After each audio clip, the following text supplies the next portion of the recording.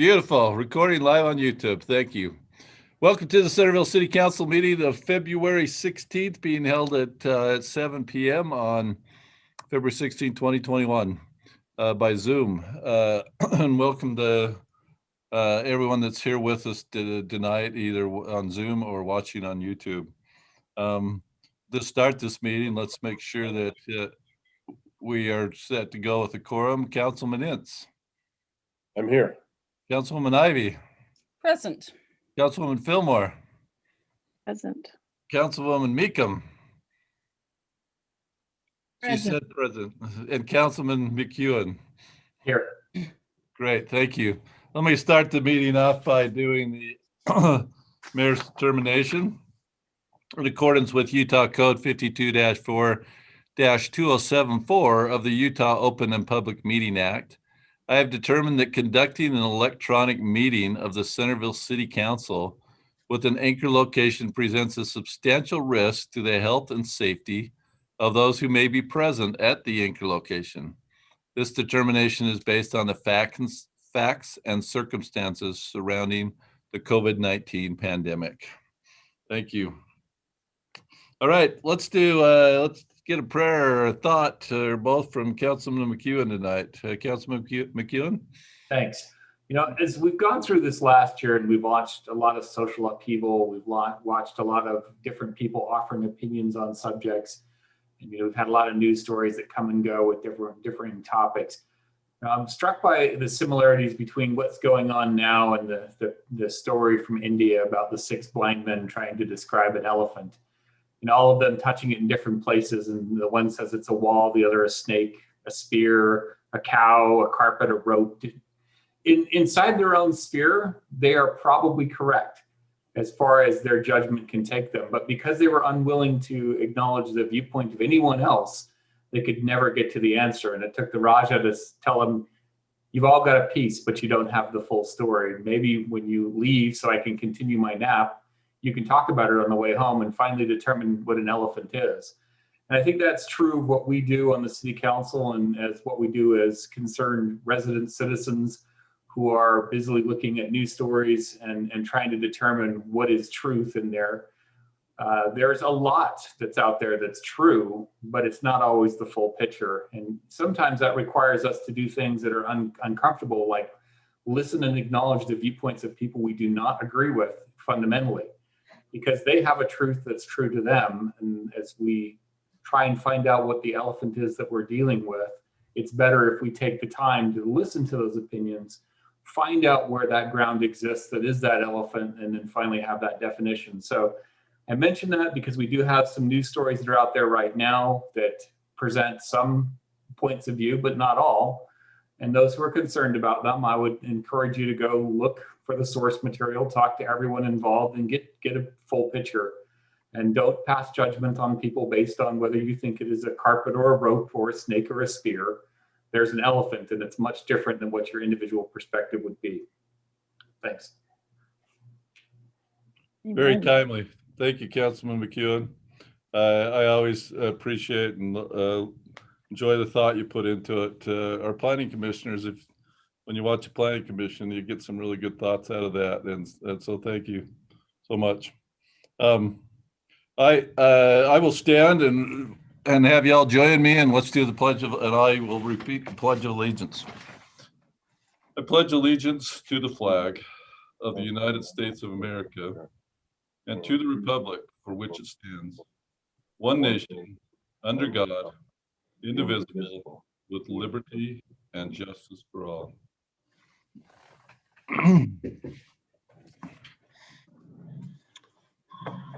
Thanks. It's the open session at this time.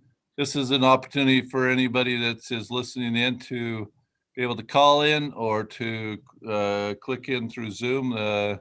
Our city recorder, Janet, will put the instructions up on the screen to get into the open session.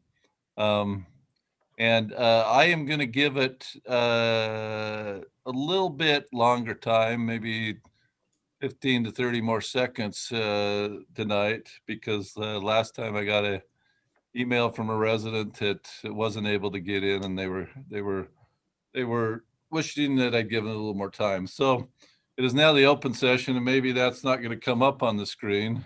Mayor, excuse me, if you just give me 1 second, I will get that. Okay, I apologize. you're good.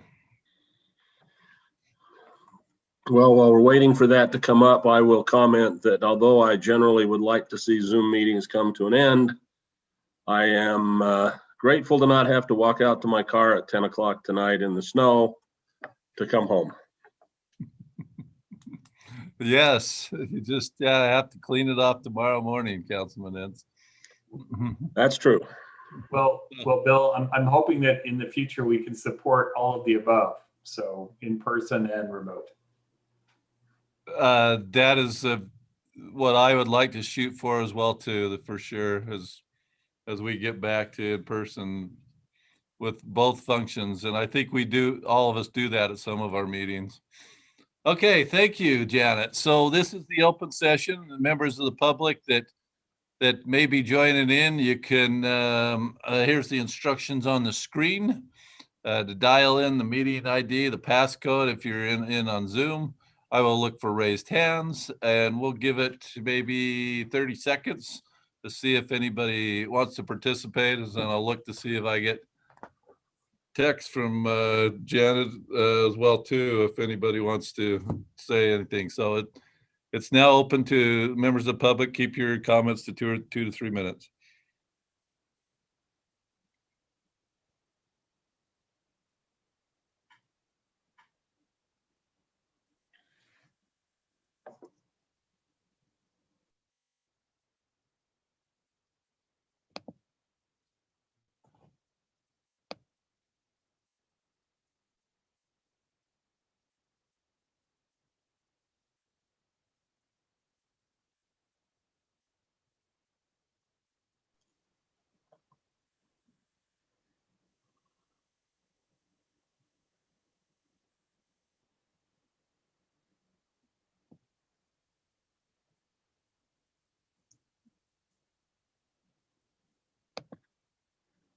Don't see any raised hands. I'm not getting any text that anybody's trying to call. So hopefully gave enough time this time. Anybody wanted to say anything, and I apologize to that resident last time that I didn't give enough time. So I will move on from the open session, and let's go to the first item of on the agenda tonight, the business meeting, business portion. And the first item is the municipal code amendments. This is an amendment that we're looking at in regards to our winter parking. And this is something that looks like Lisa popped on the screen. So she's here to talk about it. Also, it was initiated by Chief Child and Street Supervisor Mark Marchant. So Lisa, do you want to start and tell us a little bit about the ordinance you're drafting? And we'll give, it looks like Alan, some time, Alan Ackerson, and also potentially Mark. So Lisa.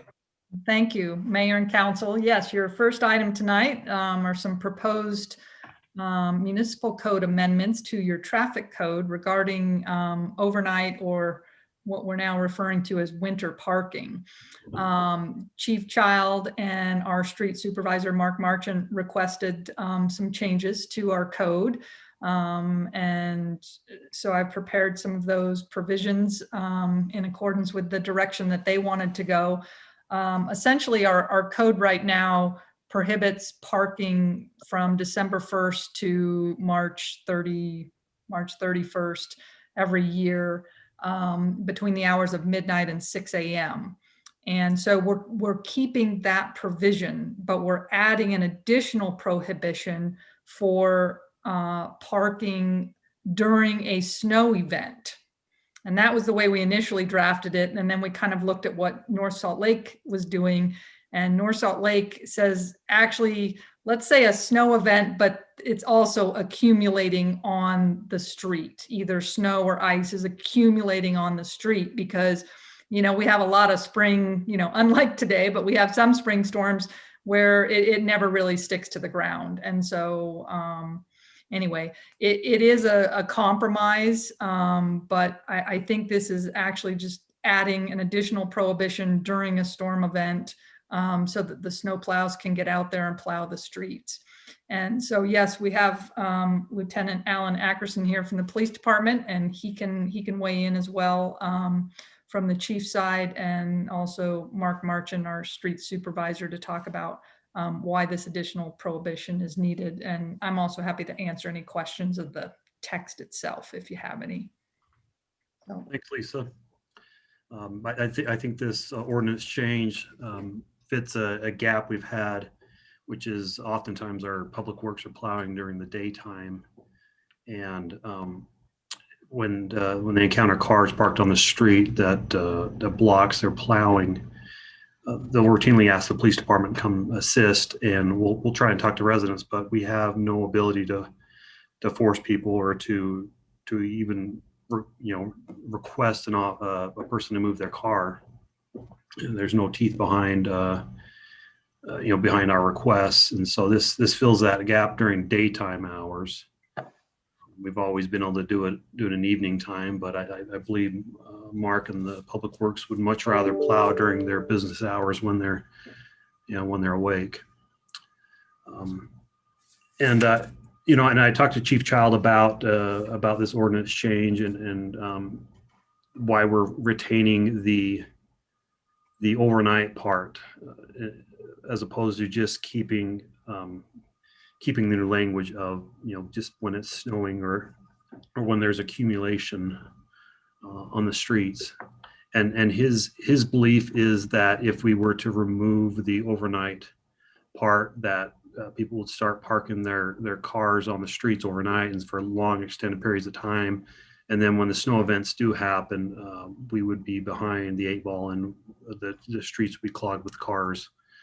And so keeping the streets clear every night ensures that the streets are at least cleared out once a day, and that when the streets department do plow at night, that they're clear for them. Any questions? I've got one for you. So far, in terms of enforcement, I know a lot of cities do the overnight parking, like so they don't allow parking on the streets. This seems like a little bit of a departure from what other cities do in terms of their parking. How do you see enforcement going? Let's say somebody has a family party and everyone rolls up for this family party and there's nowhere for them to park and it's snowing. How would you handle that situation? I think each situation be handled individually and independently, but I believe our officers in an event like that, as you described, would use common sense and would work with the family in getting vehicles moved to the point where the plows could get through and do their job and clear the streets. And I really do see this ordinance as being mostly one to allow us to educate the public, and not only that, but be able to get out there and talk to them and explain to them why they need to be able to move their cars, in the middle of the daytime, instead of just asking to help out the streets department. We can explain that it is a city ordinance and that there will be repercussions if they don't move their vehicles. So would you anticipate this being just a warning notice and then, repeat offenses is where you look towards enforcement? Yeah, I could see this definitely being one that we don't always enforce, but I don't, it depends on the circumstance and depending on the person or the vehicle that's encountered. And if we talk to the resident and they don't move, then that would probably be an enforcement option. And then we do get the occasional resident who are the habitual offenders, and it would greatly assist us in getting their streets open for the plows. I'm sorry, I don't know. Does that answer your question? And I don't know if we would strictly enforce it by citation. I can tell you we wouldn't be issuing citations every time. That much I do know, but. Yeah, I mean, there's definitely going to be some discretion in there. I can say I've seen some folks who run effectively motor pools of family cars for all the kids. They pull them, they will nose them up in the driveway at night. And then during the day, Dad says, everybody clear out, all the cars are along the street. And that's where they stay most of the day. So I'm not saying that's everywhere, but I've seen that in a number of places. I wonder how that's going to be worked out so that we're not creating enmity because this is the first year or this next year that we do this. Right. I could definitely see a break-in period for this ordinance, a significant length of time where there's a lot of education going on, because this is a great departure from Centerville's history and the way we've traditionally enforced this ordinance. But like Lisa Romney said, it's not unique. There are many other cities that do the accumulation code. Yeah, both Bountiful and North Salt Lake now have this snow accumulation provision. And also, so you know, we did, if you'll note in the ordinance, there's an effective date of April 1st. So we essentially miss this season so that we can have that education process, because this is a change. And so the idea is that next year, early on, we can get ahead of it with an education process and perhaps a direct mailer or a newsletter, and let people know and get information on our website. So it's not intended to be enforced till next fall.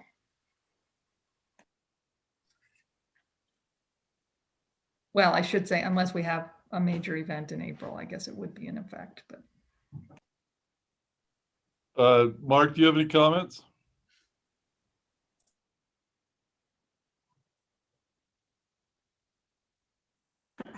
Sorry, couldn't get unmuted.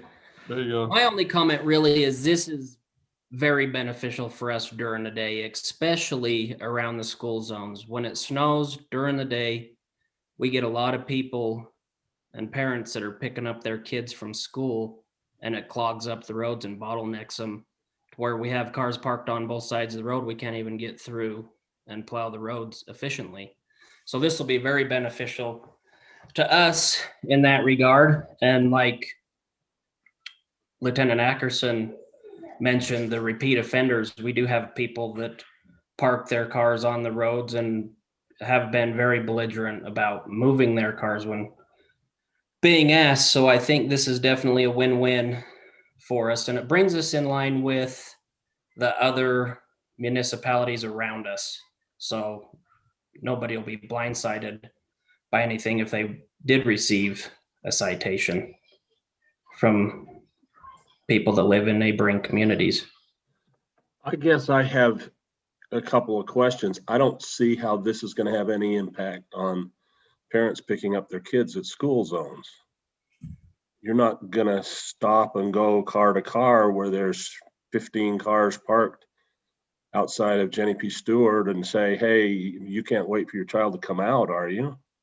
That doesn't make much sense. We can ask them to move and have some bite. Yeah, Council, I do believe you're correct. The way the code's written,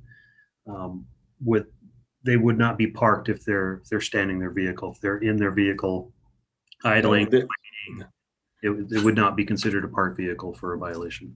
Yeah, this doesn't seem that it helps that at all. I mean, I can see that's a problem, but this doesn't do anything about it. And I guess one of the things, and Mark, you probably won't appreciate what I'm about to say. I know historically there has been a fair amount of plowing at night and overnight, which means the roads are cleared for people as they leave to go to work in the morning. If we're talking about getting all of our plowing during the day, I would not want to see this as being general license that we're going to terminate nighttime plowing, because that's a significant service that people are used to. Is that where you're going?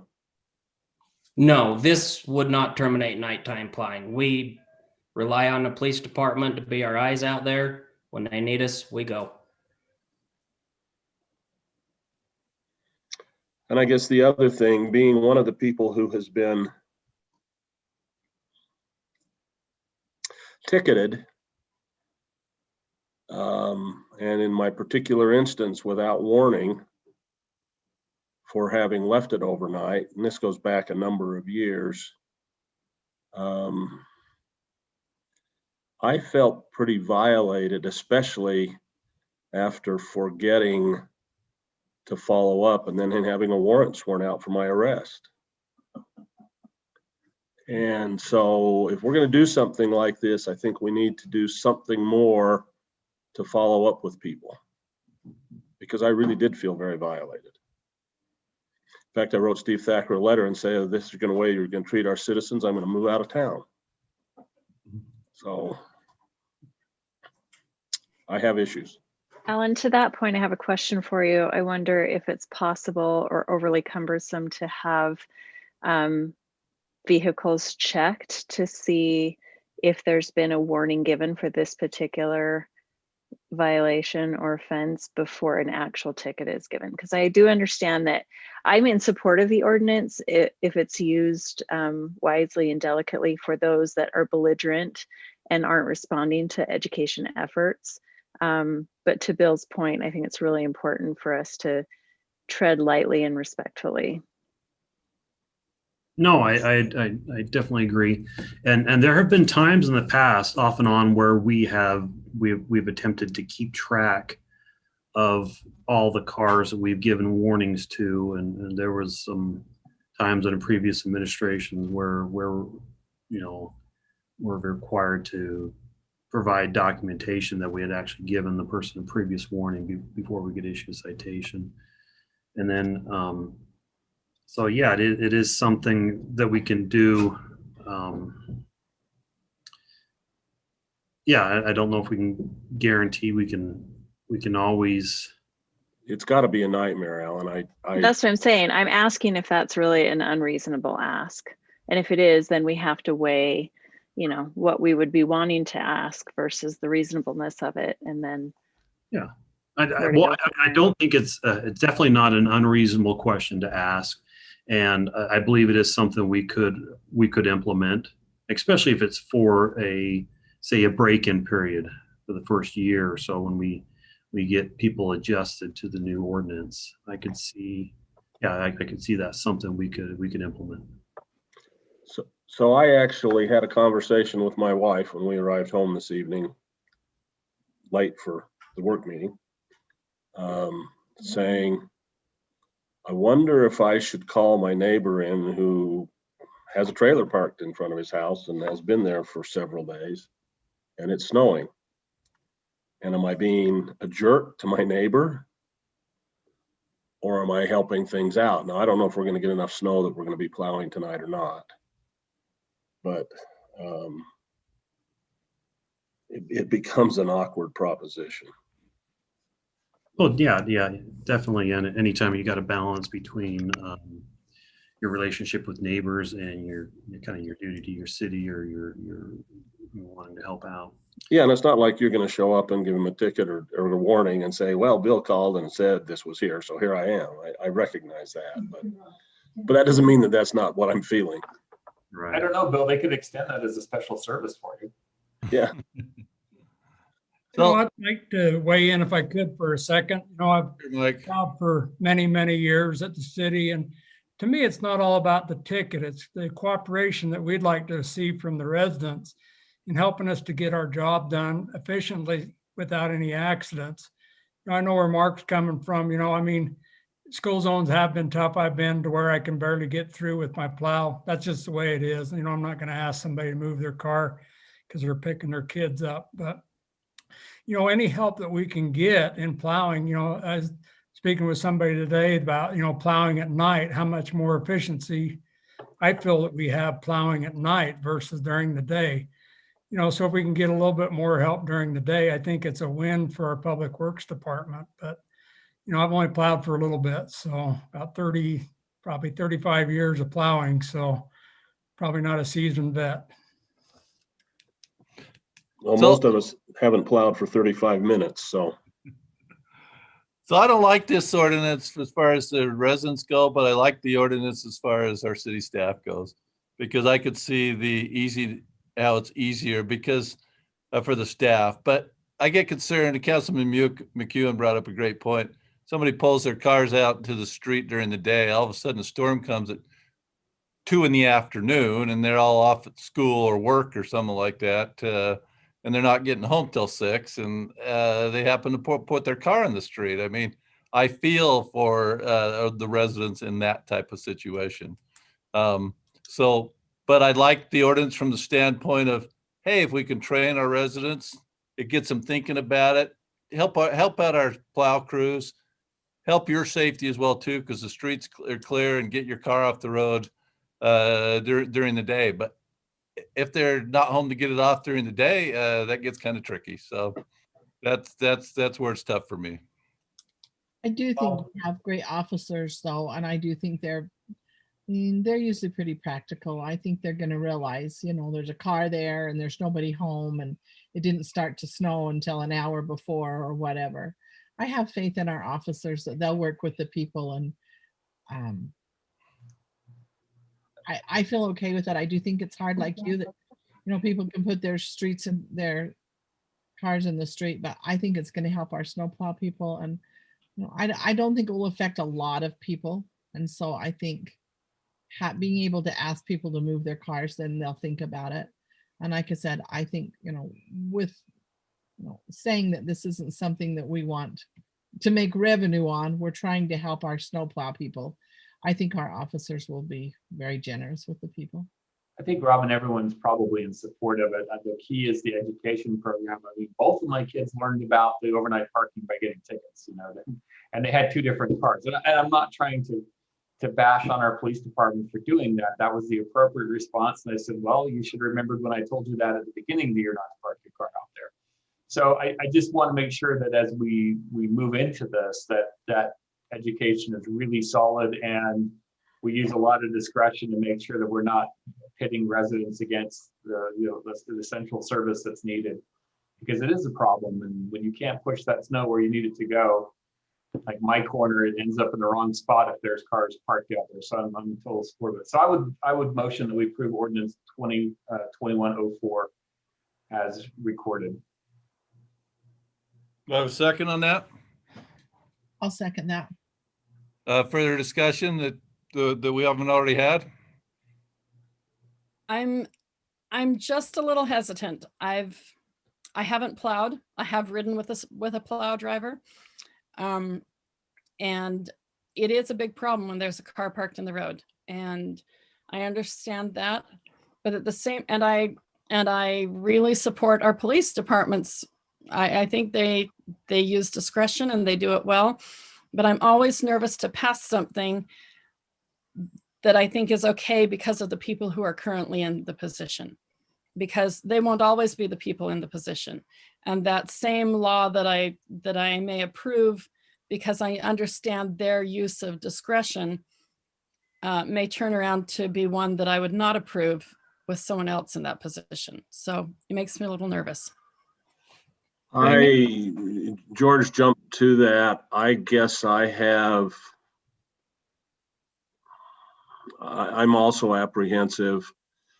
I feel like if we're going to do something like this, I'd like to, and I understand there's something to be voted on, so I may be out of order at this point. But I think we ought to consider reducing the non-overnight parking during the winter. I mean, we've basically plowed once this year, to the best of my knowledge. And we've had people that, one of my neighbors who had a trailer marked back,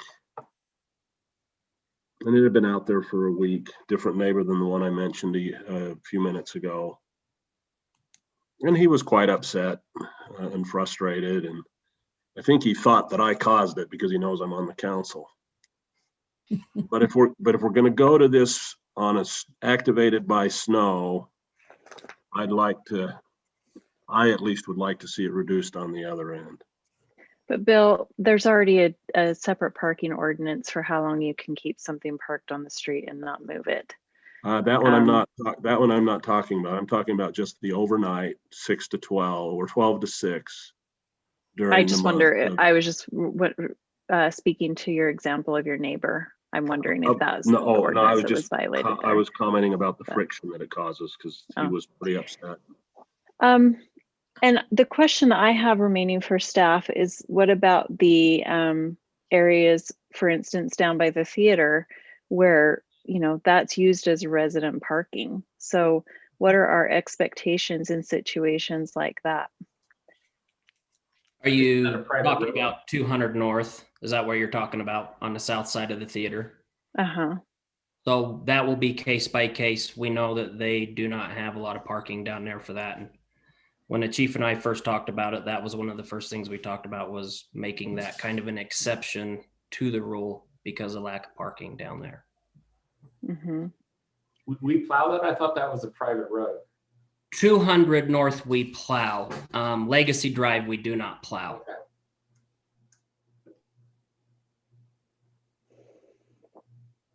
You don't Okay. think that causes any rebuff by residents? Hey, they enforce it there, they don't enforce it here, that type of thing?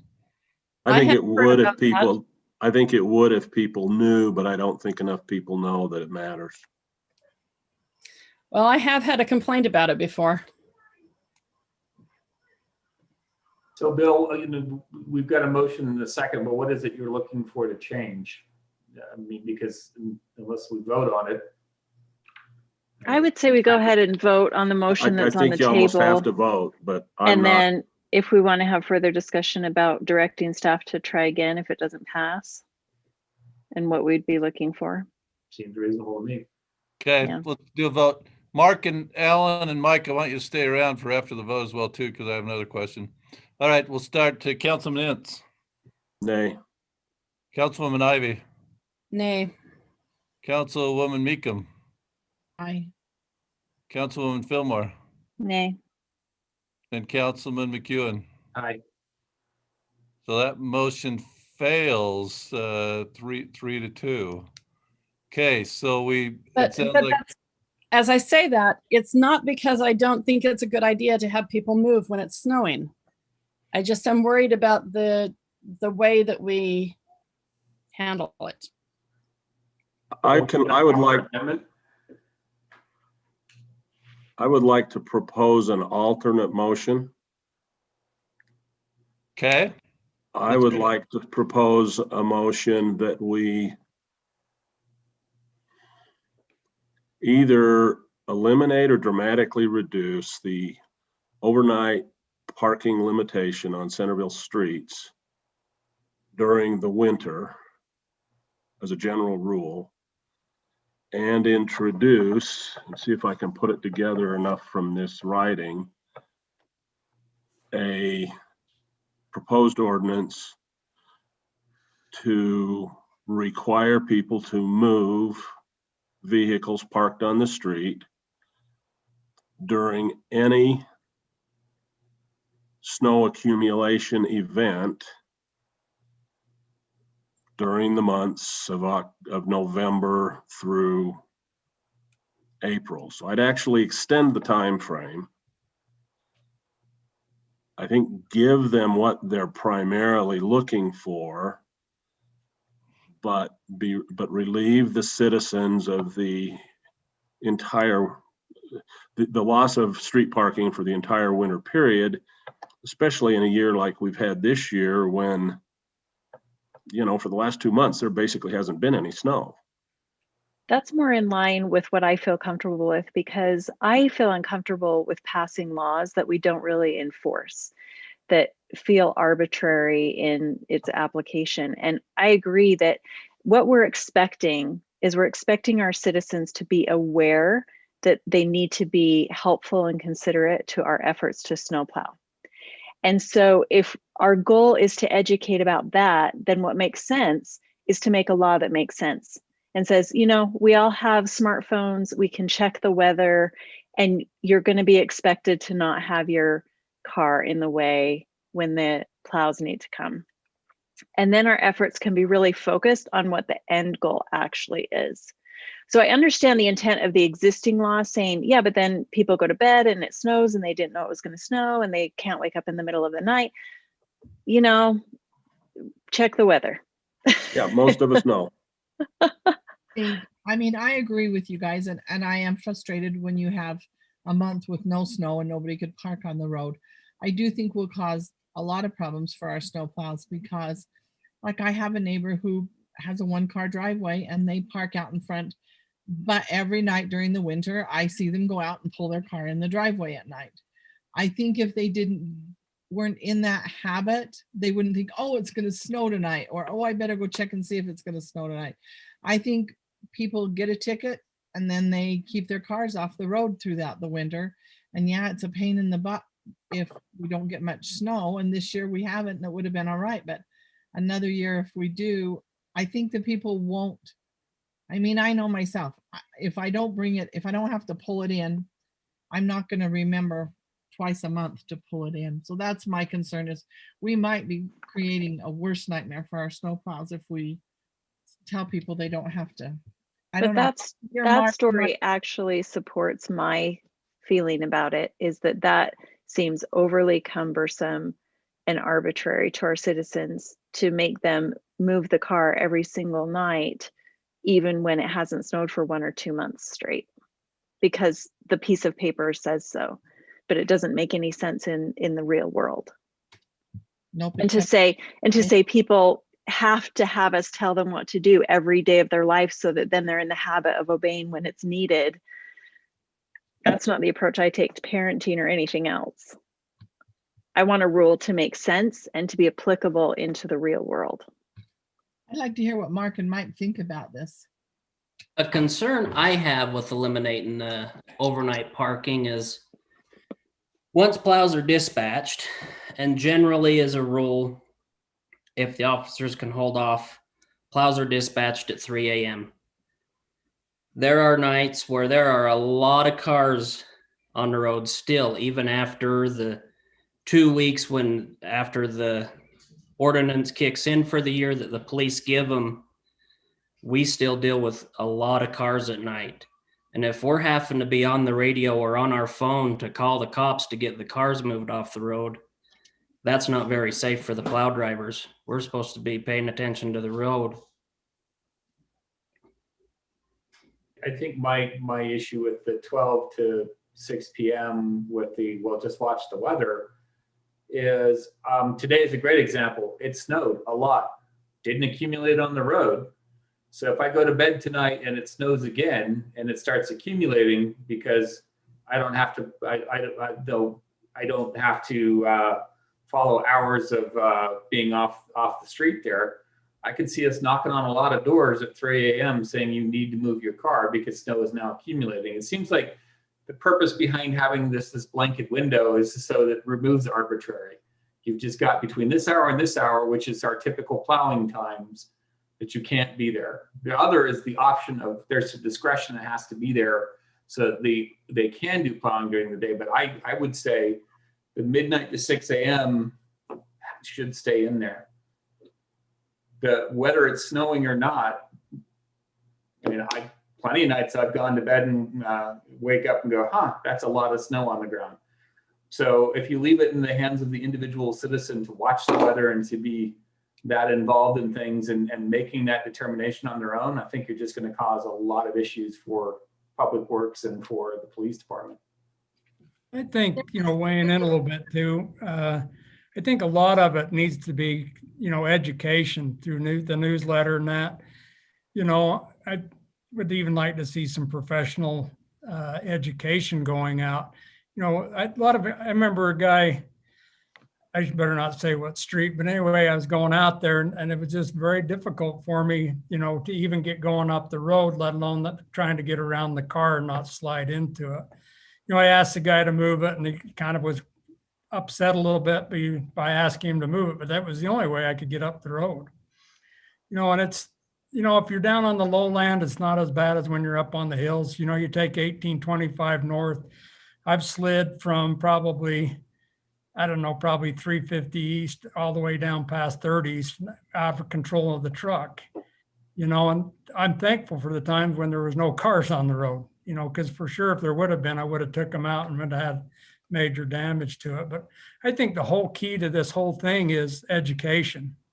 I think if we can get some really nice literature out and let our citizens understand, what we're up against and ask for help, then hopefully it will work, But I think the struggle that we've had is having some really good education to get out there. Why do we need you off the road? Thanks, Mike, for not telling on me and calming me down that night. I appreciate it. Ain't not a problem. I'm there for you. Yeah, I think it's difficult to remove the nighttime ordinance myself, because it's easier to get people to say, move your cars during the day than it is start pounding on doors and waking them up at nighttime. But Especially when we only have a couple of police officers out there, and if anything else is going on, you've got nobody to go to the doors. I think all the other cities around us have that ordinance also for a reason. I don't think all the cities are wrong in having that nighttime ordinance, which I think. Well, is it all the cities, or all I heard was Bountiful and North Salt Lake? I think all the cities around us have the nighttime ordinance. Oh, okay, the nighttime ordinance, but Right, but the new addition is only Bountiful and North Salt Lake. right. I just don't want Is that right, Mike and Mark? Yeah, Lisa? yeah, I'm happy to weigh in on that. The ordinances that I looked at, Bountiful, Farmington, and North Salt Lake, because those are our nearby neighbors, and I found their ordinances. And initially, we were looking at Bountiful's, and so I just wanted to get a couple more examples. But yes, all three, well, Bountiful and Farmington have the nighttime prohibition. I think in 2019, when North Salt Lake went to this during an event, they may have taken out the overnight parking, but I'd have to double check. See, to me, I don't mind staying with where we are, but the expansion without giving something back to me is bothersome. okay, well, we've already voted and it was defeated, the ordinance 2021-04.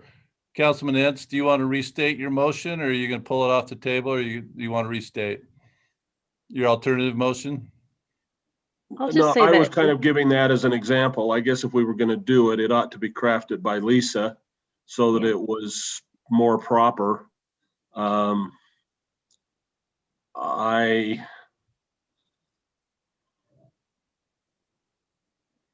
am frustrated by the fact that's kind of being communicated that if we ask someone to move their cars during a snow event, during daytime hours, when otherwise they should be able to park on the street, that people are unwilling to be reasonable. I'm equally disturbed by the fact that if no one's there to talk to, what do you do about it? I don't.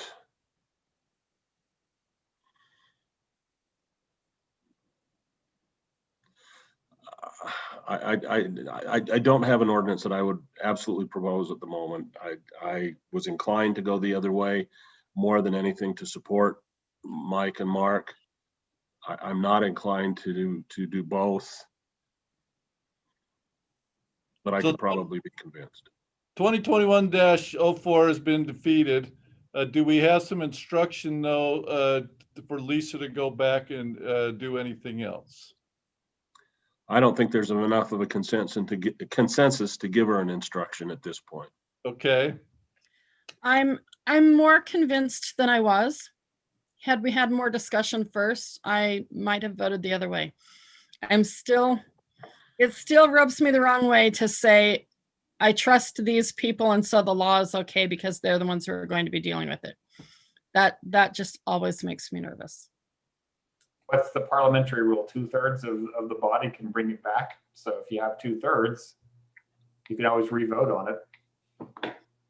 Problem is, Well, I'm not positive I'm comfortable with it yet. And Okay.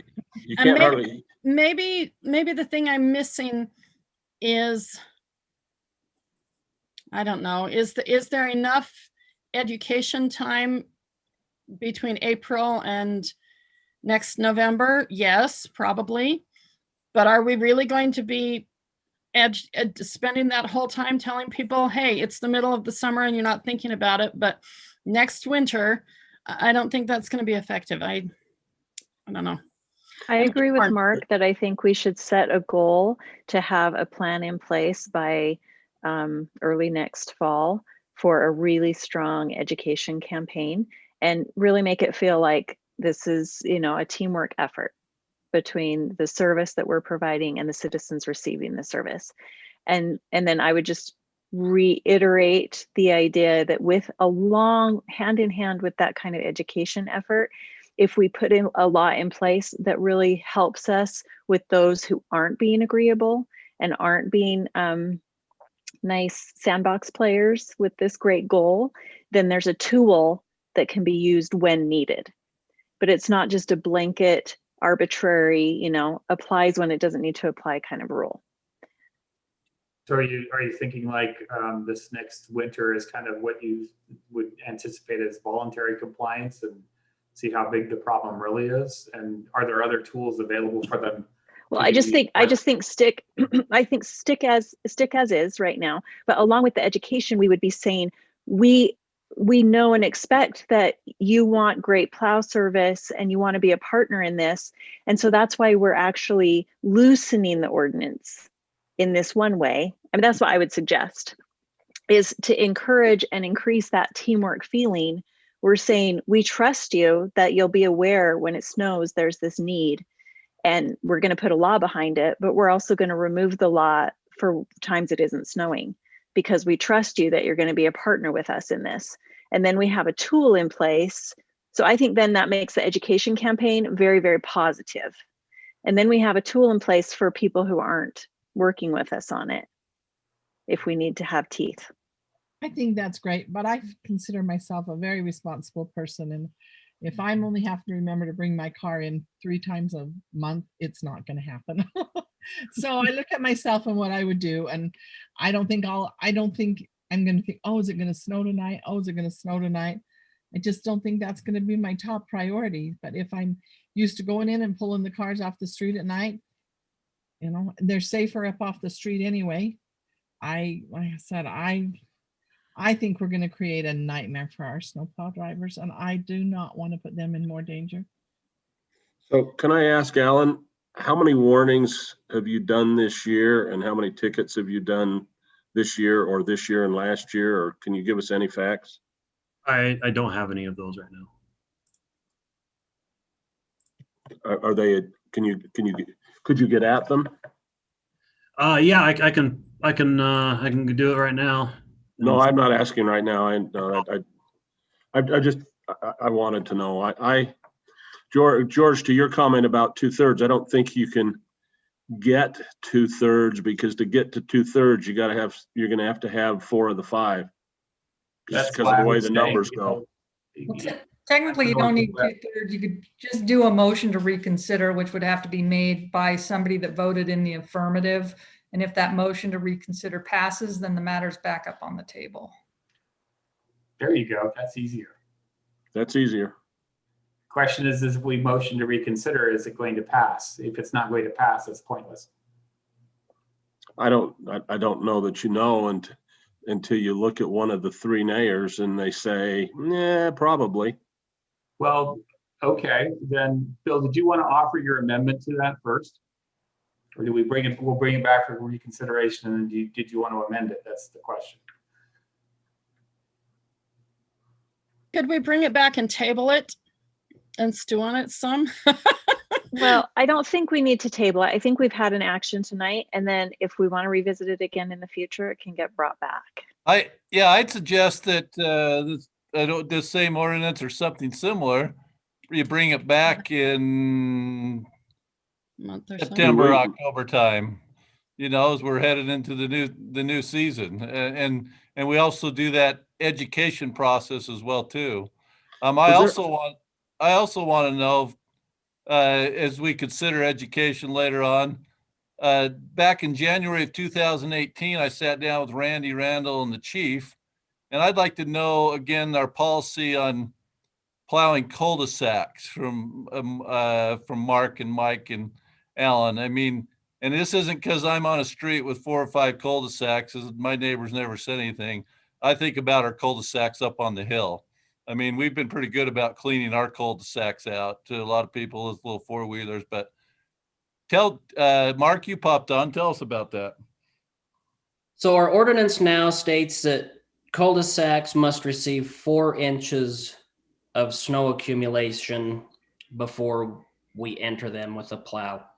However, the ones on the east bench that are steep see a plow almost every storm when we go out. So we can make sure they can get down off the hill onto the collectors and out of the city. The other ones, if it makes sense to turn around in them throughout the routes, so we don't have trucks backing back up onto the streets. We use some for turnarounds, but other than that, most of the lowlands, after 4 inches of snow accumulates, we'll get them opened up with some salt. And we actually have until the next business day to do so. So if I've heard, which I have, from residents on the hill, that's because I shouldn't be hearing from them. It sounds like we're plowing those up on the hill. Yes. Okay. Because I'm not hearing from anybody on the lowlands. What's that, Councilwoman Ivey? No, I've also heard from ones on the hill and not from ones down farther. Yeah. I have too. I've had a few complaints about the cul-de-sacs. I have as well. We get complaints down to Public Works every time it snows from them. Plows are getting in the cul-de-sacs on the east bench. It was funny, we were out doing some asphalt work on Island View Circle at the top of Island View and about 800 South, and it was really scarred up from the waterway east. And that's one of the cul-de-sacs that we usually get a few complaints from every time. And as the neighbors come out and saw we were fixing the road, they said, yeah, that's from the snow plows scratching it up when they come in the cul-de-sac. So we filled quite a few calls down at Public Works, and the guys are getting in the cul-de-sacs. Okay. All right. So thanks for that. Are we okay with proceeding to that point? Revisiting this at a set time later in the year? September, October, doing an education campaign, maybe the same ordinance or an amended or a corrected one or amended one, an additional one at that point in time. Is that where we're at, council? I'd feel comfortable with that. I think September is a good time. So we have enough time to do education about whatever it is we're going to do before we actually hit the snow. So to that point, Stephanie, what is it that we're going to do? What are we changing from the ordinance text that's presented? Good question. That's the staff direction that we need to give prior to September. Well, that's what I don't know. I'd like to throw in, I think September might be too late. We need some guidance and direction of what way the ordinance is going to go so that we can produce literature and get it in the newsletters and things like that. So we need probably a little bit more time than just a September timeframe to get that drafted up, get it out there. I would vision that probably the 1st of October, we would get something out, and probably multiple times throughout the winter this upcoming year if we're going to make a change. So we need a little bit more time than September, in my opinion. What if we were, When would you suggest, Mike? I think that if we had something pretty well in concrete by August, that'd give us a month to get things set up. I'm thinking that I would like something done that's, I don't know. I mean, how do I say it? I want to have something that's professionally done a little bit more so that when we go into this, they're getting the teamwork aspect as well as, what is the needs that our Public Works employees need? What are their needs? It's not any plow driver's wishes and wants that everybody gets a ticket, but I've been frustrated with repeat people throughout the years. But, how do I reach those people? How do I educate them the best? I think that we need time to draft up a decent newsletter article to get it out, and I don't know if a mailer is probably out of the question, but the one thing that I keep going back to as we talk about education, I think of the water quality report. And, our requirement is that we get that out to every resident. So we put it on the website, and, you know, even when we had it going out to each home, I'd get phone calls. I said, well, did you ever look in the newsletter? Well, no. Did you ever look online? No. You know, and so it's hard. That's a tough animal to figure out, how do we publicize that the best? How do we get that out there? So You I know, have that's kind of why I'm saying I think we need a little bit more time than just September to have something in concrete, and then hurry and spend just a short period of time getting something out. I have a question for this council. How would we feel if we were to vote on this with the stipulation that it won't be ticketed the first year unless it is a repeat person that they're having problems with, or someone that's refusing to work with them? So if the first year was, we're not really going to ticket during the day, we're just going to put notes, you know, warnings on them. And, you know, if they do have a repeat person, then they can use this if they really need it. But for the first year, it wouldn't be, and see what type of feedback we get from the residents, because we can always change it again next year if we want. But that would give us the time to put out the education. And yet it wouldn't really hurt our residents if we're not ticketing other than real problem people. It would give us a way of getting the real problem people to be taken care of. Councilwoman Meekum, I have a thought. When Utah went to a primary seatbelt state, they had an implementation period where we had to show that that driver had previously received a warning for a seatbelt violation before we could then issue a ticket. And that is something that we could do if that would help. That sounds like a good compromise. So maybe that's, Bill, there's the conversation around the nighttime parking that you really want to have. And if we had that provision and have it brought back sometime soon, we could revisit this with something that would be functional. Yeah, I would lean toward, I would absolutely reconsider and lean that direction. I think one other thing that we probably ought to bring into this conversation, because of some of the frustrations that I have felt and experienced, is I think we need to think about our street cleaning effort as well. Because you have the same problem with the street sweeper that we've got here. I find it, well, it's probably doesn't rise to the level of being infuriating, but I find it very frustrating to watch the street sweeper come down the street and get less than half of the gutters by the time he dodges cars. And I don't know what it takes to get cars out of the way so that they can clean the whole street. Maybe we should have them in March and do it at night. Maybe we should have a night sweeping crew in the end of March. Yeah, whatever. I'm just saying, this is another area that at least to me, fits in the same category. Now, I know Mark and his drivers aren't driving the street sweeper, I don't think. Are you, Mark? No, it's contracted out. This is Mike. Yeah, that's what I It's thought. contracted out, and I think that they do between 5 and 6 sweepings a year. So, you know, then I think you got to rebid your contract because you'll end up with overtime. I'm not, you know, I'm just guessing that part, but I would assume that if you're going to have somebody come in after hours late at night, that you're going to do some type of either a swing shift compensation into the bill, or you're going to pay overtime somehow. Councilman Nance, go ahead, Mark. I'm sorry. I was going to say a concern with that is our noise ordinance. I know we have several places around the city that are not liking it when there's a lot of noise at night. We've had complaints about the snowplows going up and down the roads at night.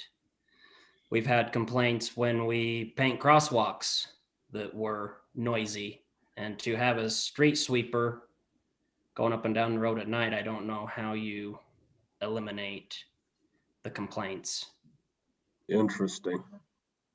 I think the street sweeper is obviously part of our roads as well too.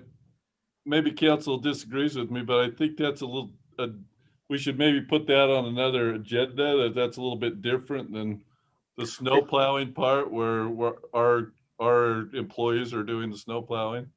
I agree. I can see the difference, but I can see similarities. Okay, so right now I think we're at, I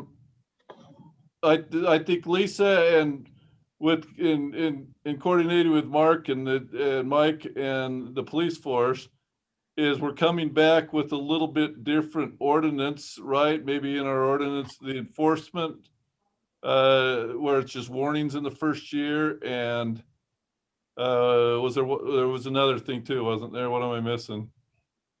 I wouldn't actually put the enforcement item in your municipal code. I think it would just be a policy or I guess a whereas, but Okay. I don't think it needs the code rewritten. So do we want to re-vote on that with the stipulation to the police department that the first year we would just like statistics and not tickets unless there's a problem? We could if there's a motion to do that, according to what Lisa said.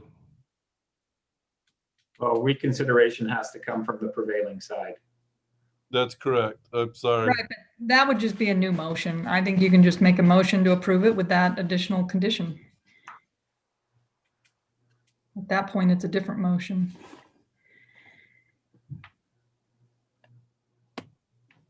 I don't hear a motion, so I guess maybe. I will make that motion.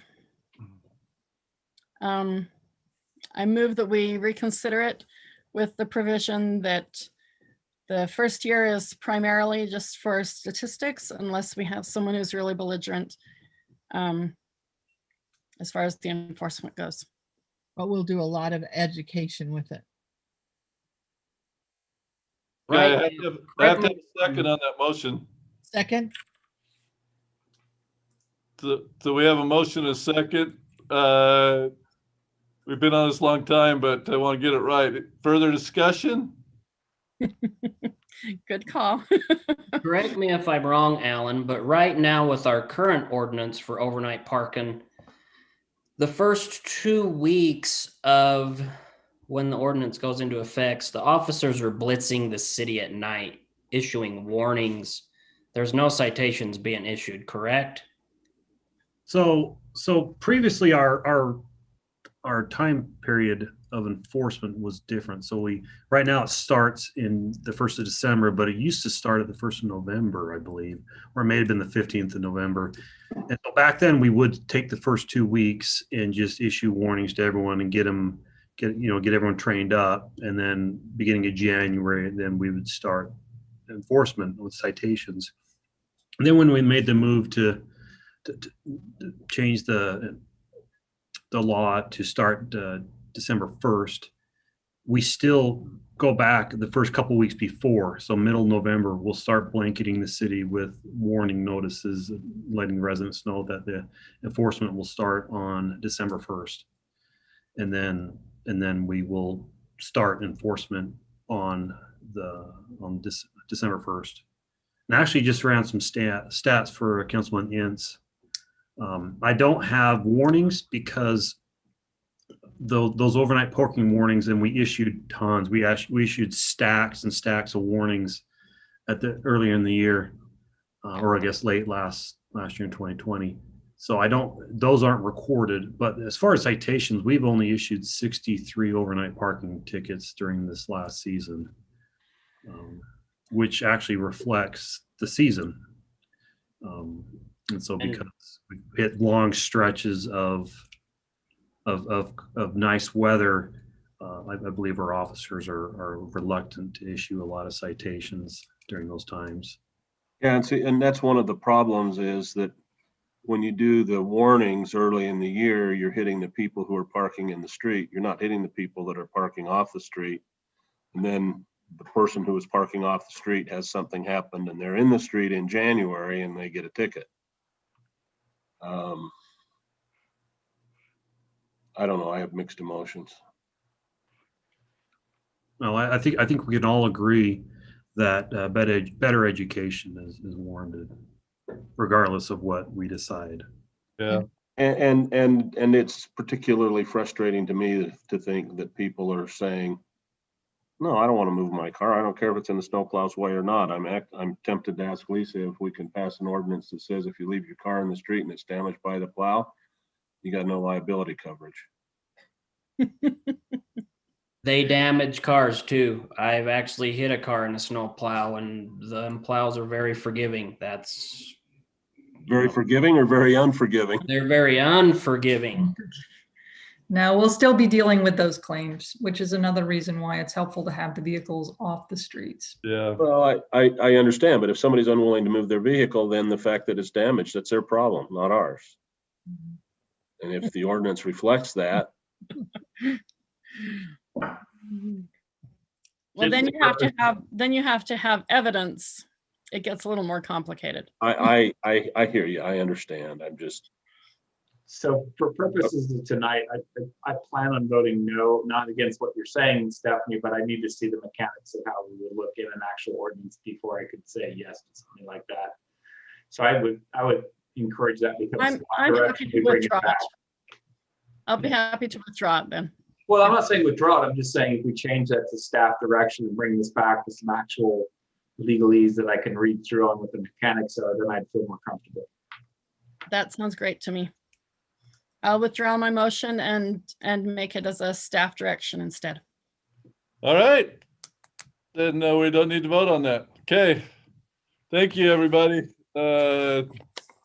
Mark, Mike, I apologize. I didn't mean to give you the feeling that I didn't support it. I just have issues. We just want it to be right, whatever it takes. We appreciate that.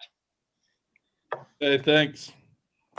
All right, let's go to item number 2 on our agenda. This is what? I didn't realize we were only on item 1. Sorry about that. I never would have imagined Everybody we thought could that have was a spent 10-minute over an item. hour. Yeah. That's why I We're motioned so amazing. quickly. I thought that was a slam dunk. So Yeah, I did too, actually. I agree, Councilman McKeon. Okay, let's go to item number 2. This is an interlocal agreement from the Davis County Public Order Unit safety equipment purchases. It's kind of interesting. I like it. And Lisa, you want to inform us about it? We got Alan Ackerson with us too on this. Yes, thank you, Mayor and Council. The chief has also asked that we bring this forward to the city council. It is an interlocal agreement with Davis County.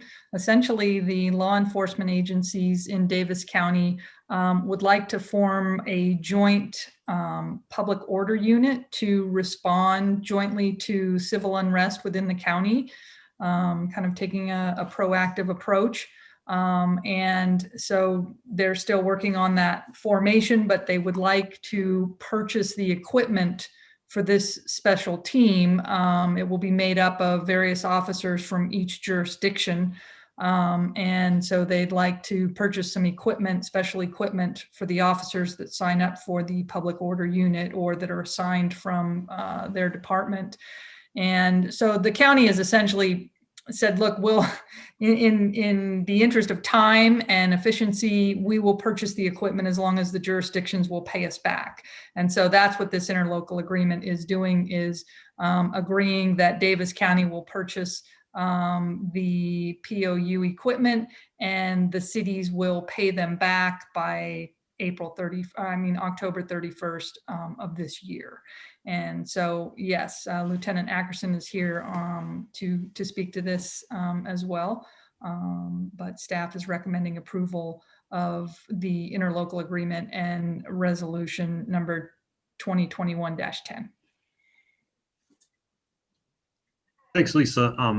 For the public order unit, the Davis County has actually done us a great favor. They've secured a contract for this public order unit equipment below state bid. The demand for this kind of equipment is really high right now with all the departments across the country trying to form units. And so in order to expedite the formation of this unit, they've taken upon themselves to order the gear and to secure the contract for it up front. And there are many benefits to that. One is the lower cost if we were to try and buy it ourselves later on, we sure would pay more because we'd pay state bid and not the lower bid they got. We want this whole unit to be uniform in their uniforms, basically. If we all piecemeal the uniforms and the equipment, then we'll have a unit that is mixed matched. And let's see here. Just looking over my notes here. Yeah, and really these items are on back order for the most part. And so if we can get Davis County to make the order and get us all ordered, get the equipment here quickly, I believe it'll help us prepare for this event that we know is probably going to be coming or could come at any time. So I just really can't see any drawbacks to having Davis County front it and order it for us, and we just pay them back. The only drawback I can see is the name public order unit sounds really militant. I wish you guys had something else that was a little softer in terms of the acronym of the name. But public order unit sounds a little confrontational. Not your call, I get that, but it's just like, I really wish there was a different name for that. Do we have an idea how much money we're talking about? Yes, I believe it's $8,400 for 2 officers combined. So we'll have one officer who's actually going to be a team leader. So his equipment will be a little different and a little more expensive. Then we have another officer who will be just a member of the team. And if there is some kind of an event that causes this to happen, is it the chief, or if in the chief's absence, you, that says, hey, county, we need this unit to back us up? How does that work? The particulars I don't know at this point. It's my understanding that the request can be made to have the unit respond out to assist, which is how these units have been operating thus far. The state has a unit that's actually called, and you might like this more, the Public Protection Unit.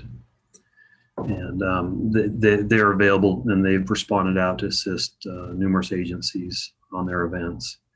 And so the way I've taken is this will be a similar program where agencies that contribute to the unit, and even agencies who don't can call upon Davis County's team.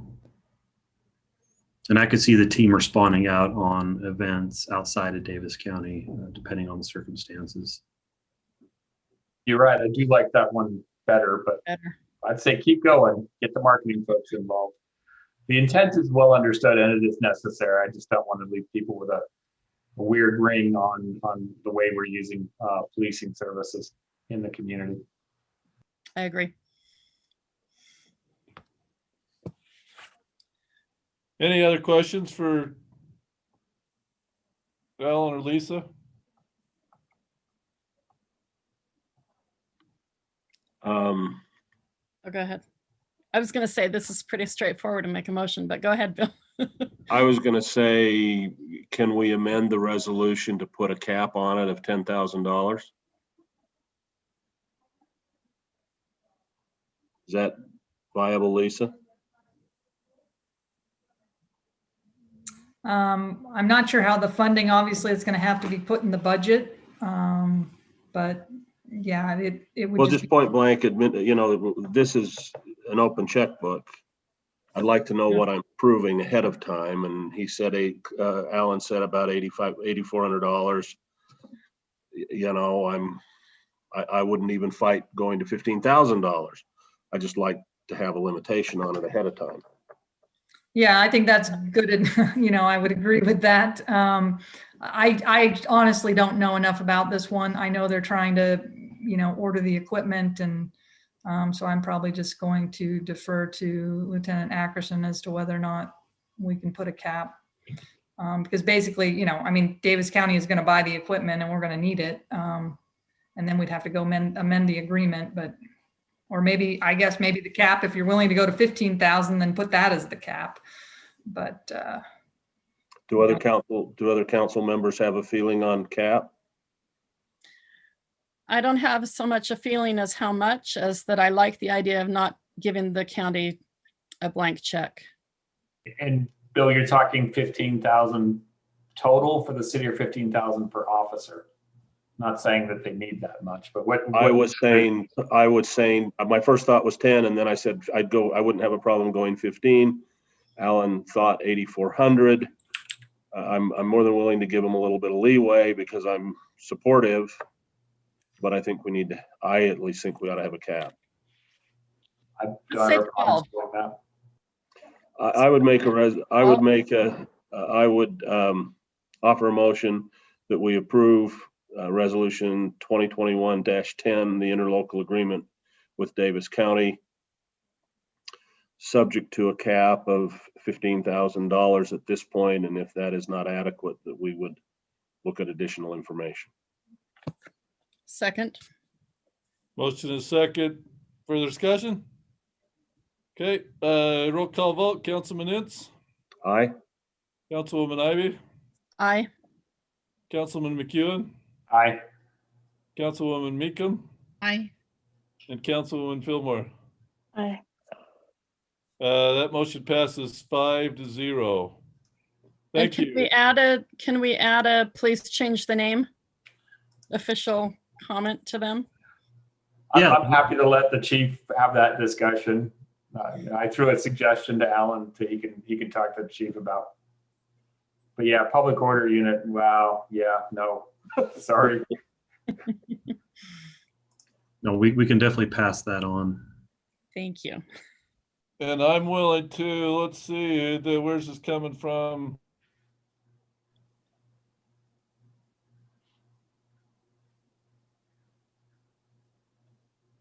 It's coming from the sheriff, isn't it?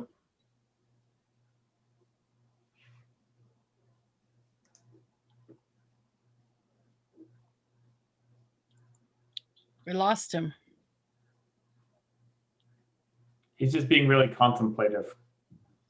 No, I think he froze.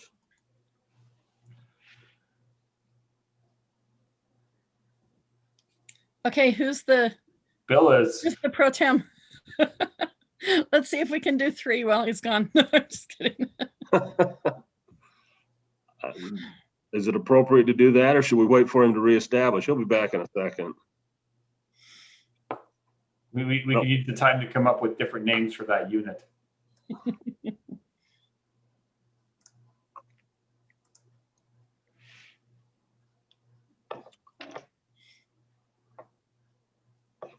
Well, in the event that he's not coming back, there's a motion and a second on, oh, I've lost the number. 2021-10. Let's start again. Councilman Fillmore. Would you like to vote? I think she had just voted when I'm he here. left. Yeah, I had said aye, didn't we? Oh, yeah, you're right. You did. So that did Councilwoman pass. Ivy. Well, Tammy was the last one, so we had all said yes. Oh, all right. Then That's for the financial cap, not to the ordinance or to the resolution, right?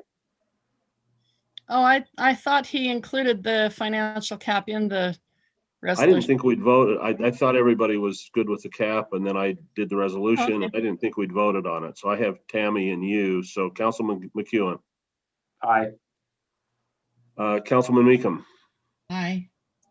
and Councilman Ince votes aye as well. Do you know Councilmember anything? Ince, if I Pardon? stepped in, I'm just curious, correct me if I'm wrong, but is Councilmember Meekum actually Mayor Pro Tem? Was that? Oh, that's right. I expired in December. I mean, I'm sure she'll be happy if you continue, but I just want to throw that out there. No, many of us bill our past our expiration. I stand corrected. I apologize for usurping your power, Robin. That's okay. I'll share it with you. So do we have to redo that, Brant? Lisa? I would ask the boss, Lisa Romney. I think we've gone over it twice already. That's probably good. Okay. Agreed. I think we're okay. Thanks. Should I attempt to continue the meeting in the mayor's absence? Well, now we could turn it over to, Now I'll give it to Robin. Rob, Okay, Robin, you're on. Okay. Honestly, I thought we'd be done with this meeting 20 minutes. I had no idea that snow discussion was going to go that long. We're gonna move on to the renaming of the Lee Scablin Park. We need three. just- Are you skipping 3? Oh, yeah, we're gonna get done. I thought that's what we just did. No, that was, it's No, that another- was 2.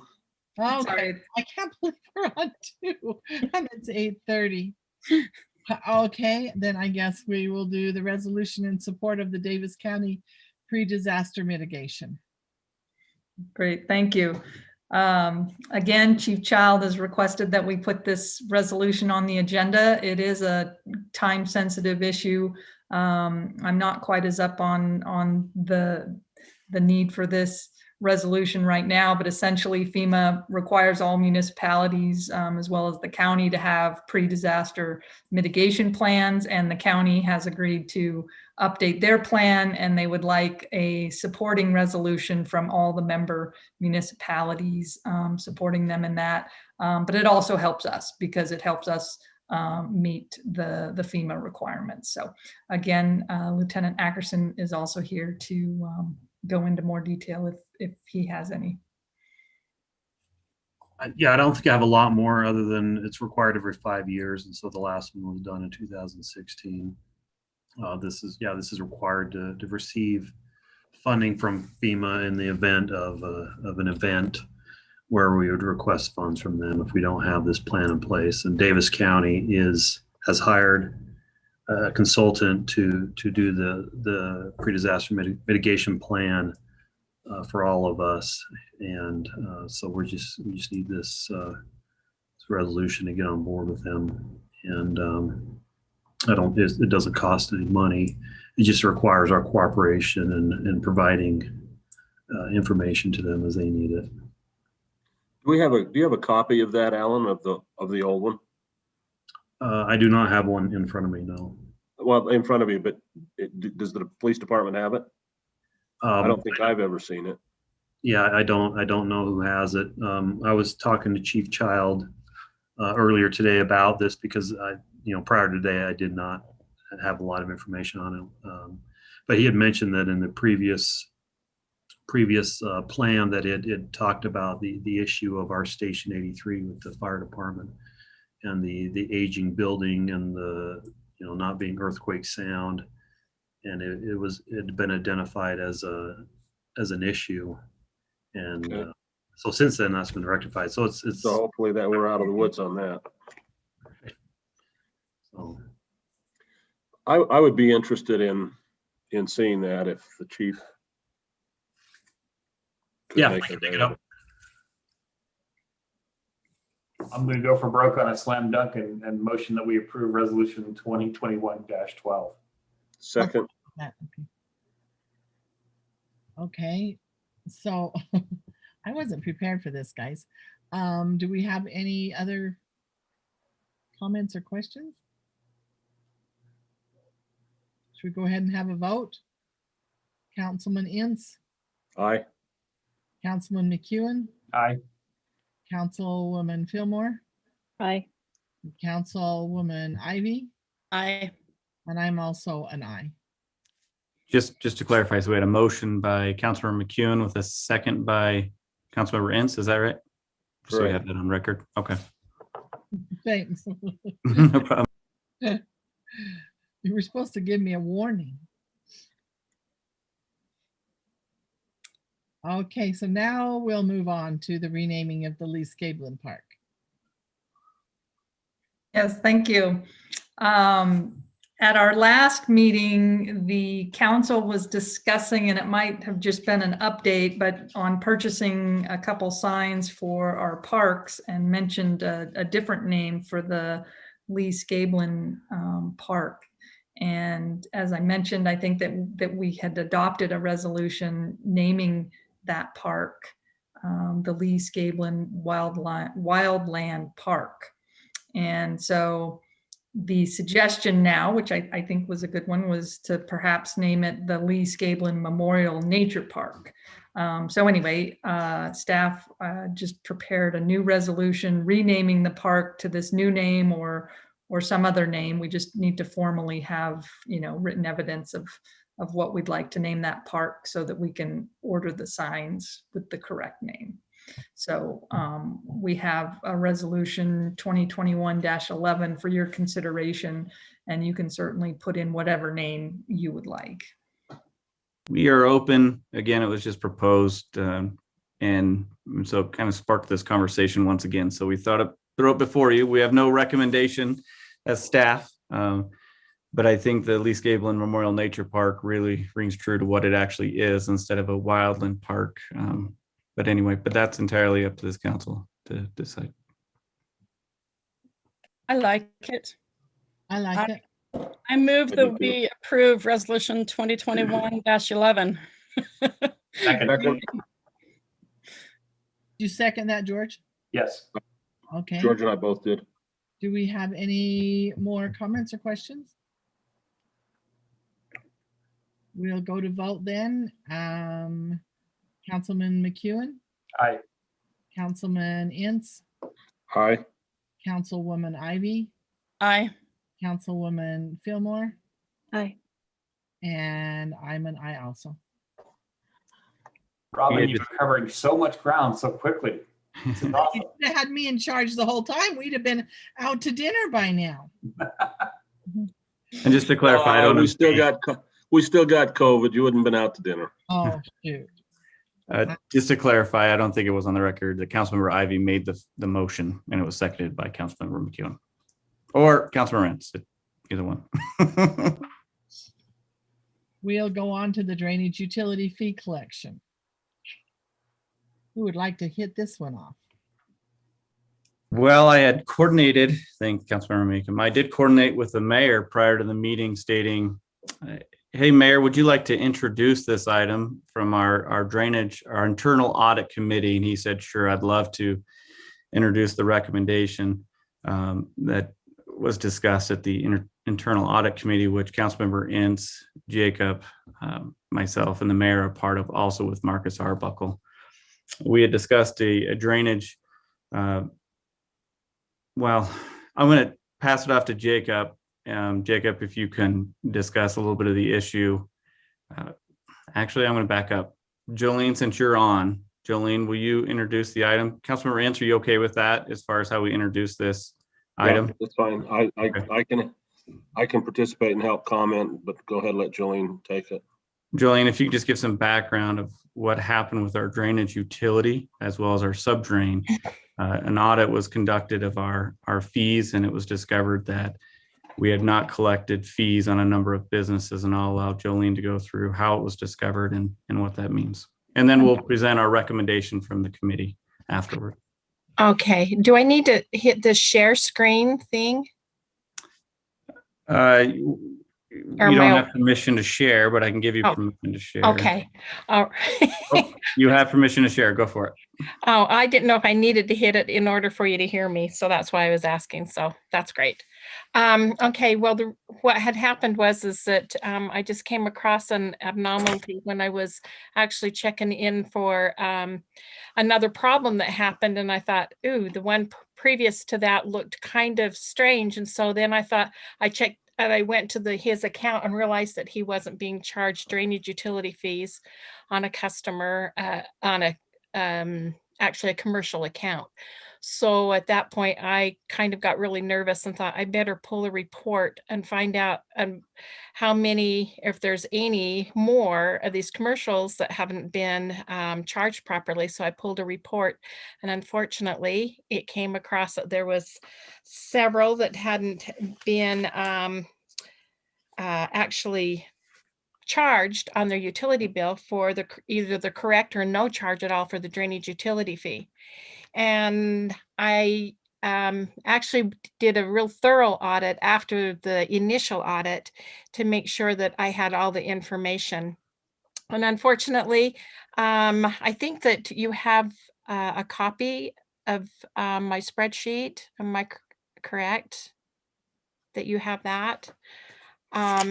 It does show that there's it does show what the loss is that of the ones that's included, and it also shows the property addresses of what is included too. And I have sent out letters to everybody explaining that their next bill will show the correct drainage utility fee on their bill. And at this point, I didn't know what the council was going to direct as far as past amounts that had not been charged. What I have put in place from here on out, because I can tell you how the problem happened. It happened when it's not like a regular utility fee for a resident. Those fees are set up, and we have what it's kind of like we can set fees that are normal, and those normal fees are what is actually placed into a resident. So a new resident will come in, and that fee is a normal fee, and it just goes through. And so when it's sold, that property, and a new customer comes in and buys that resident property, those fees transfer over as if they are the same, which they are, because they don't change on those particular things. And their water is billed per usage, so everything is constant as far as the bill is concerned. Now, on a commercial property, it's totally different because it has to be calculated per their surface, and it's a formula. We cannot do a constant that this is the price, because if I go in and I change that price, it changes it for everybody. So it's a calculation. So when a new customer comes in for a commercial unit, what happens is that the utility clerk will have to take that customer, check what the drainage utility fee is for the previous customer that was there, and actually put that unit into their bill under that service number. And so these were missed. I mean, basically they were just missed.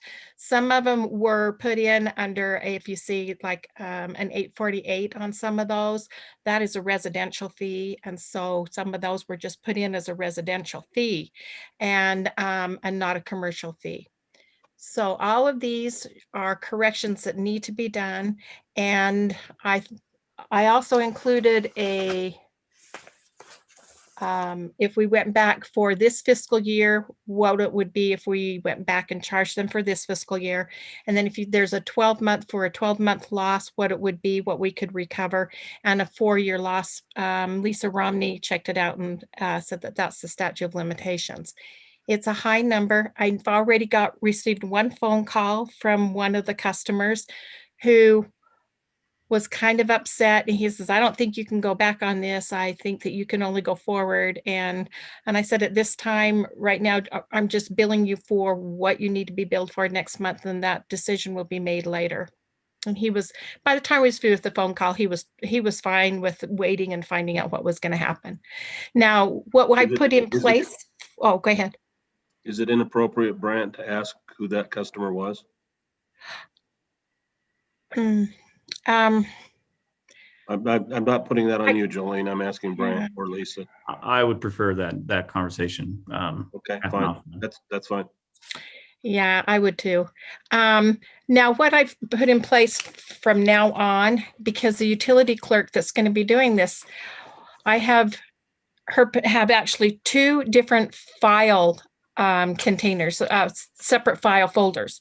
One will be residential, one will be commercial, because the commercial has these different parameters. And if anything is in that book, she will need to know that she's got to go in and check those and change them and put the information in manually on those. And the second thing, I've found that I can pull a report at the end of the month, similar to what we send the sewer company for new customers. I can pull a report for the new commercial units and have them, and then it can also be a second check. So she's going to have a separate folder for them, and then she's going to have a list to go through and actually check those accounts one by one for commercials at the end of the billings, when she's doing the billing cycle, when it's at the end. And then also a third check will be a billing report, and just make sure that there is no zeros on that billing report. And I think that that will pretty much clear it up, that this wouldn't happen again. And the last item, and I don't know if we have any control over this, is just looking into Cassell, our financial software, and see if there can't be some mechanism that allows us to, that gives us some indication or a red flag stating, hey, you need to enter something here, because there's nothing that's in there now. It's a special request. Don't know if they can fulfill it, but it's worth the ask. Yeah, and I don't know that part either. I do know that they can't put a formula in, because I would have to have a rate for a service rate for every single formula that could possibly be out there. And that's, I'm not asking for a formula, just that, hey, look at me, don't forget about me before you move on. right. You have to fill this Just in or you can't notification. go forward. Yeah. Correct. Yeah, that might be really good. I could really check with them on that. That would be a good thing, actually. Okay, so if I may, Brant, if you're all right with that, Council and Mayor Pro Tem, the recommendation that's coming from the Internal Audit Committee, how to handle these past due accounts that we have right now. We are recommending recovering the full 4 years of unpaid drainage and sub-drainage fees with some options. If they can pay all of the 4 years up front, we'll give them a 25% discount. If that's too difficult for them to do, then we are all right with making a 12-month or an arrangement for payments over 12 months. If it's something that's more than that, and that's a case-by-case basis, then we can work on something longer, such as 48 months, but with interest on that account. So that's the recommendation from the Internal Audit Committee. Is the intent there that they've got a 48-month payment plan for these past due, but they need to stay current with current charges? Yes, exactly.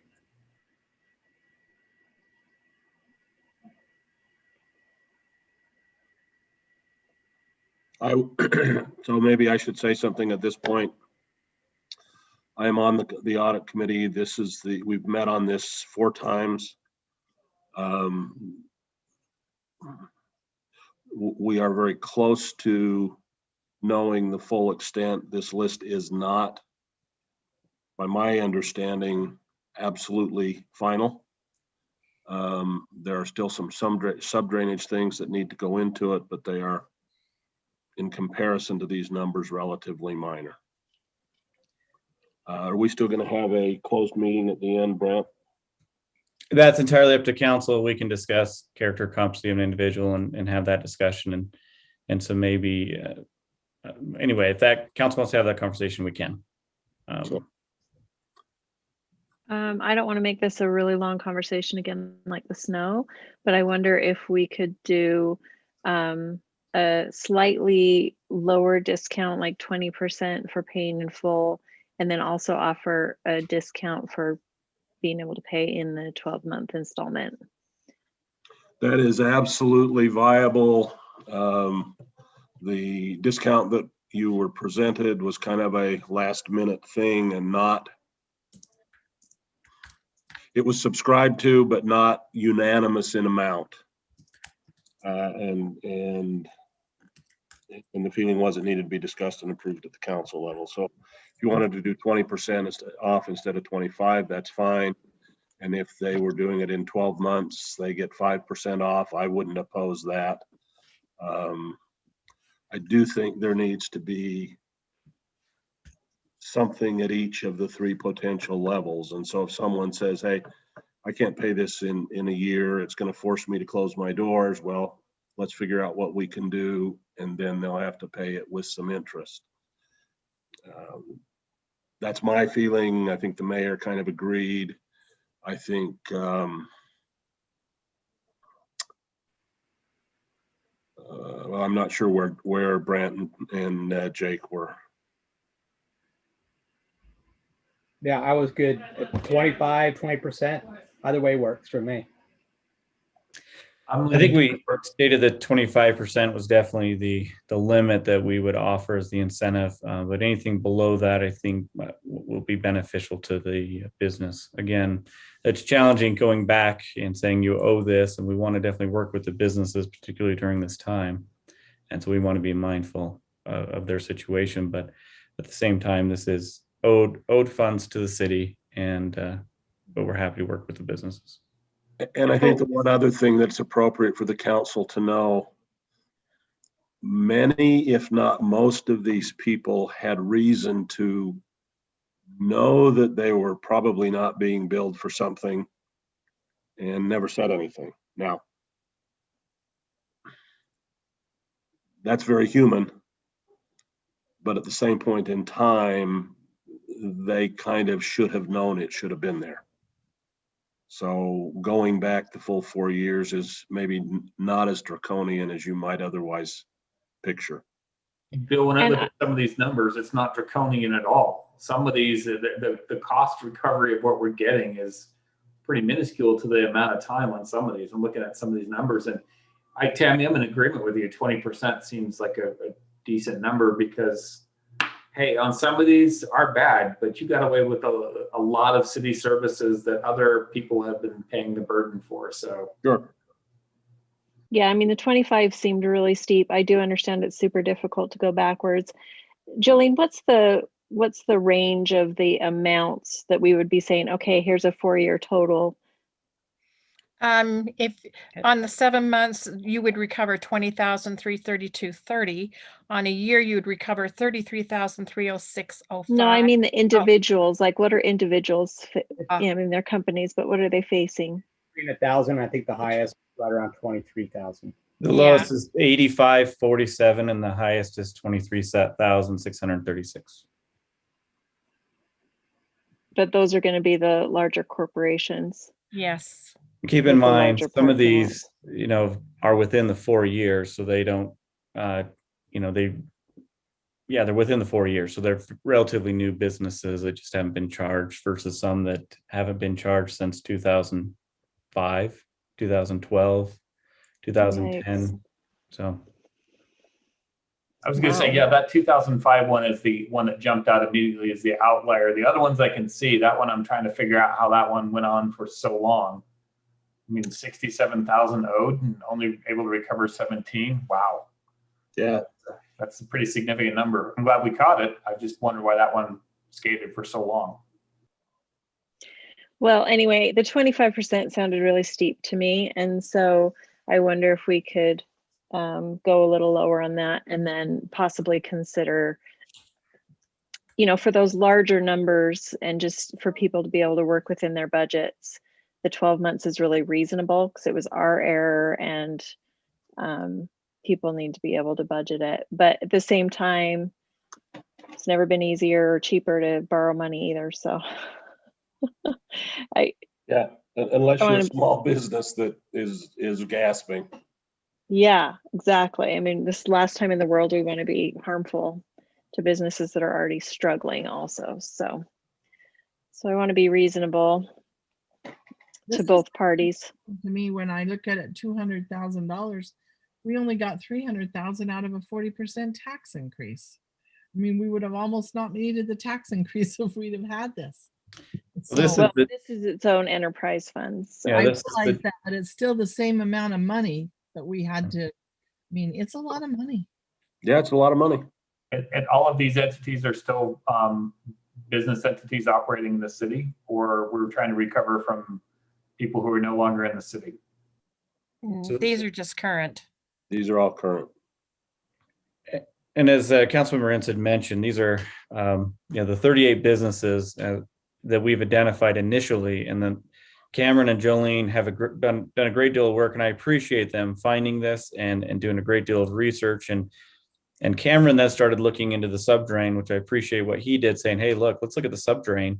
And we discovered there's some issues in the subdrain side as well. So honestly, from the internal audit committee side, and this is going to be a long project for staff, but we really would like to do an assessment or an audit of all of our fees just to make sure we've got everything But that is a tall order, and Jacob and staff will kind of figure out what fees really need to be looked at versus other ones where we can run reports that can easily tell us.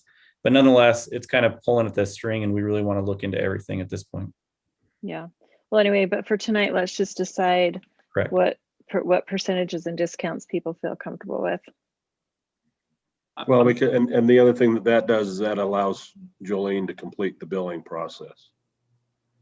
One of the things to keep in mind is if we don't make a decision, then we lose another month that ages out in the 4-year time frame. So who shares the sentiment that for me right now is just an idea of also giving a discount to being able to pay within the 12 months, even I if do. it's slight. I do. Okay, so maybe like 5% for that, Yeah, I'm 5 or 10. What do people think? I don't think you go to, I'd stay at, I would argue that not to go above the 5 when you're only giving 20 for immediate. And so then is 20 too high for immediate? That still sounds steep to me, but. I don't think, So not when it's our error. It is our error, but as a taxpayer, property owner, some of these folks are actually real estate groups. They know about these fees. So I don't feel a lot of sympathy on some of them. Some I do, some I do not.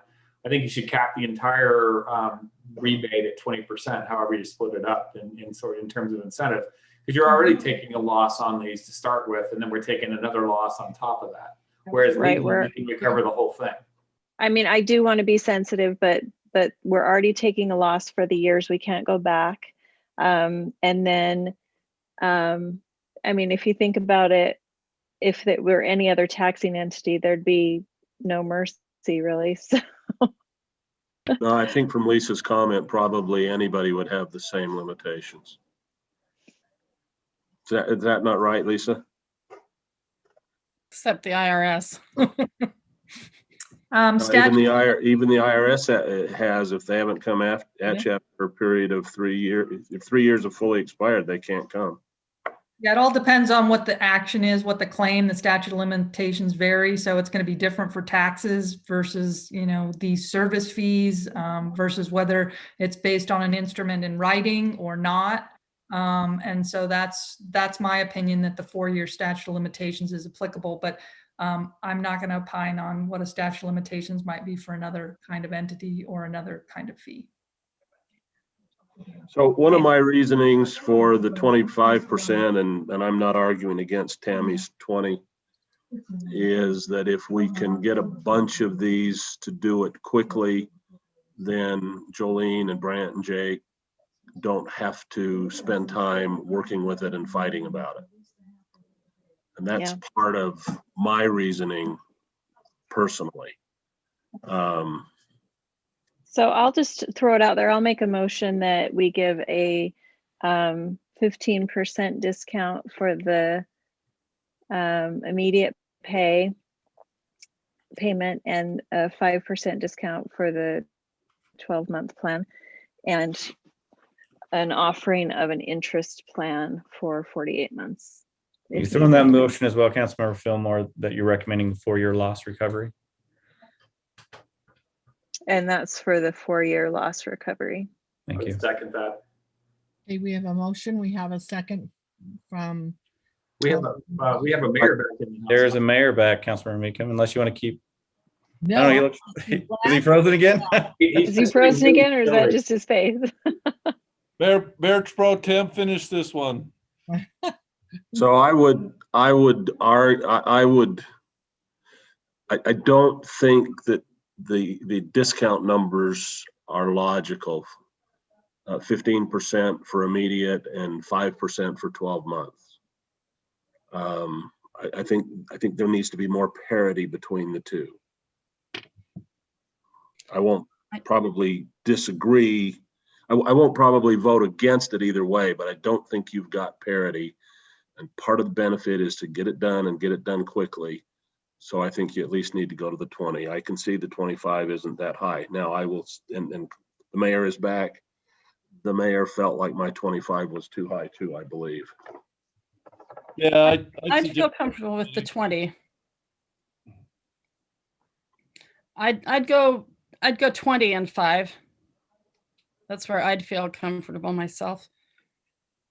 This is the Okay, thing, is right. it's a bill that's owed and we're offering a discount for paying it in payments, which already is generous. And then we're offering an option to pay it slower than that with Which is why I interest. was inclined to say 20 and 0 and interest on the 2 or 3 or 4 years. I'm just saying, I don't think there's parity to go 15 and 5. Not enough of an incentive for people to go. Then Not they're enough gonna, of a difference between the two. Right. See where you're going on that, Bill. I just look at this at the longer term accounts and the larger numbers. 10% on 15,000, 20% on 15,000 is a pretty good chunk of change that we'd be giving up just to have somebody come current with something that they should have already paid. Oh, yeah. So do 15% and 0 if you're going to pay over a year. All I'm saying is 15% for immediate and 5% over 12 months doesn't make sense to me. people are gonna I'll choose. agree with that. Yeah. Mhm. Everybody's going to take the 5%. And what And we'd that like means is that- to get done sooner. Pardon? And what we'd like is to have them pay right now and we'll be done with it. I'd like to be done with it, and then Jake doesn't have to spend any time, Jolene doesn't have to spend any time. I don't have super strong feelings about it, but my thought is that 4 years worth of bill, if you're working on a budget, for those businesses that are working on a budget, 4 years worth of bill to be paid in 12 months is still difficult, or could be for some. And so, to tackle it in the 12 months versus the longer is still valuable to us, but not Sure. punitive financially when you're dealing with a monthly budget and the realities of living within that. And it was our mistake. So are you saying that, Bill, if we were to achieve parity by saying 15 or 20, pick the number, don't care, 15, 20% up front, 12-month payment plan with no interest, beyond 12 months, we're going to charge you some form of interest? Is that? I would say that either a 20% on upfront and 5% over 12 months and interest longer than 12 months is okay. I would say that 15% upfront, just the absolute dollars over 12 months, no discount, and interest over a longer term is okay. It's just that the relationship between 15 and 5 to me is not reasonable. Mayor, what do you think? Do you have an opinion? When we discussed it in our audit committee, I was at 15 to 20% discount up front. I didn't have an opinion on the over time. I other than I had thought either take the 15 or 20 or no discount over time and you pay the 4-year balance. Over, what'd we say, Jolene, a year? Yeah. Yeah. Well, I would say we have a motion on the table that's been seconded, so let's just go through that one. And then if it doesn't pass, then somebody wants to propose something else. Well, I agree with the comment on the other one. I'll agree. I'm gonna go with it because it's close enough. I don't know. Okay, I've said my piece. I'm done. Go ahead, Mayor Pro Tem. Call the vote. You want, yeah, finish the road, Robin. Okay, did we have a second? Yeah, I believe was the second George on that. seconded. Okay. Uh, And the measure is 15.5 and then interest. okay, it's 15.5 is the percentages. percentages right Is now. that's right, Tammy? Mhm. Okay, so Councilman Fillmore, Aye. Councilman McEwen, Aye. Councilman Ivy, Aye. Councilman Inns, Aye. I would be an aye also. So that passes. So that passes with a unanimous vote. And I'll turn the time back, or I'll turn the time back over to the mayor. We'll turn the meeting back over to the mayor. Thank you, Councilman Meekum. Might be the first time I've listened in on the Mayor Pro Tem, the few meetings I've missed, so that was kind of fun. Did we go through the whole number 5, or did Brent, did we discuss the things that you and I talked about earlier as far as moving forward? Yes, sir. We did that, and there was a request to go into a closed session. Okay. All right, so we're on to item number 6. We finished that? Great. Item number 6, this is a clean air grant vehicle. Centerville Public Works wants to purchase a new truck. And so do we have somebody who's going to speak on that for us? I Mike, will. You? I will. Mark? Okay. So this is part 2 of the carrot grant we received last fall. As I started to get bids for equipment for the FY 21-22 budget year, I was asking the vendors how business was with the impact of COVID and stuff, and I was really surprised that they were as far out schedule wise as they were. They were scheduling anywhere from 3 to 5 months out. And I got looking into the grant as I was finishing up for the first truck, and I realized we would not be able to meet our September 2021 deadline to complete our portion of the grant contract. I reached out to DAQ and expressed my concern about not being able to fulfill our commitment with the grant. And when I spoke with the representative there, she just told me, let's get moved down the road a couple months and we'll see if you can fall into another grant.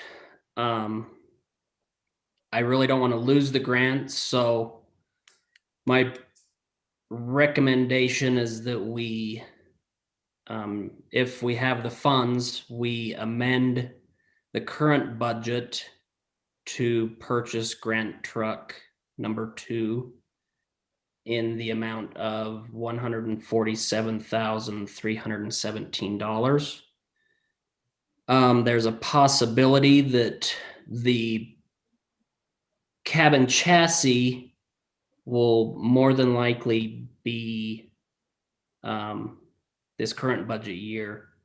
We would pay for that then, and the body for the $54,330 would come out of FY 21-22. So I guess what the recommendation is that we move forward with the purchase of the cabin chassis in the amount of $92,987, but get the approval and get the PO made for the body company as well, so we can get in line and they can get moving forward with getting steel ordered and hydraulic system ordered and the things that go into play with the build of the truck. So procedural wise for the council, thanks, Mark. It's just, we don't have a budget amendment before you today, but this is one of those items where we're stating there's a possibility of purchasing this vehicle. And at the end of the year, when we do our budget amendment, this will be one of those line items that may need to be amended depending on when the truck arrives. But we'd need to get the PO started now in order to beat the September deadline for the grant. There is an anticipation this will be in the grant or in the budget for next year. This is, again, as Mark had stated, part 2 of this carrot grant that we were awarded, and we're just fulfilling that. Neither one of these amounts, the 92,987 or the 54,330, are in our budget this year. Is that correct, Jake? That's correct. That is not in our budget this year. This would need to be a budget amendment to this year's budget. Okay. Council, any questions for Mark or the finance? Just to let you know, timing as well on receiving the money from the grant. We would not receive that money until FY 22. It'd be after September, after they scrap the vehicle that it replaces. Yes, So- the new vehicle has to be, That's now will receive the revenue, the 25% next year. yes, the new vehicle has to be put into service and the old one has to be disabled in order to complete the fulfillment for the grant. Is this the one that I recently saw on a tour of the yard where we've scrapped, or does it have anything to do with one where we scrapped the vehicle but kept part of the body? So we scrapped, we were gonna scrap it, but with the prices of scrap being so cheap, and not really there being any money in it to scrap it, it would have cost more for us to haul it to the scrapyard than we would have gotten. We actually reached out to a few DATCs and seen if there was a need in their trade programs for them to use the trucks for education. Slick actually took the cab and chassis portion of the truck that you probably saw in the yard, Bill, for their mechanic program. We did keep the bed portion of it. That particular truck has a conveyor system in it. And several years ago, we bought and had some sandbag collector deals made for the back of it. So we thought we could keep the back of the truck for potential sandbag building if the need ever arose. So as Mark was stating, yeah, that's the disabled vehicle you saw is similar to what we would have to do to the next vehicle. This one will be replacing. So that disabled vehicle satisfies the first part of the grant, right, Mark? Yes. We'll have to do that same thing to the next vehicle that it's replacing for us to qualify for the grant. Okay.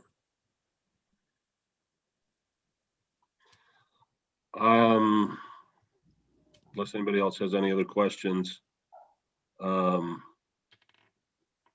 I would make a motion that we approve the clean air grant vehicle as outlined.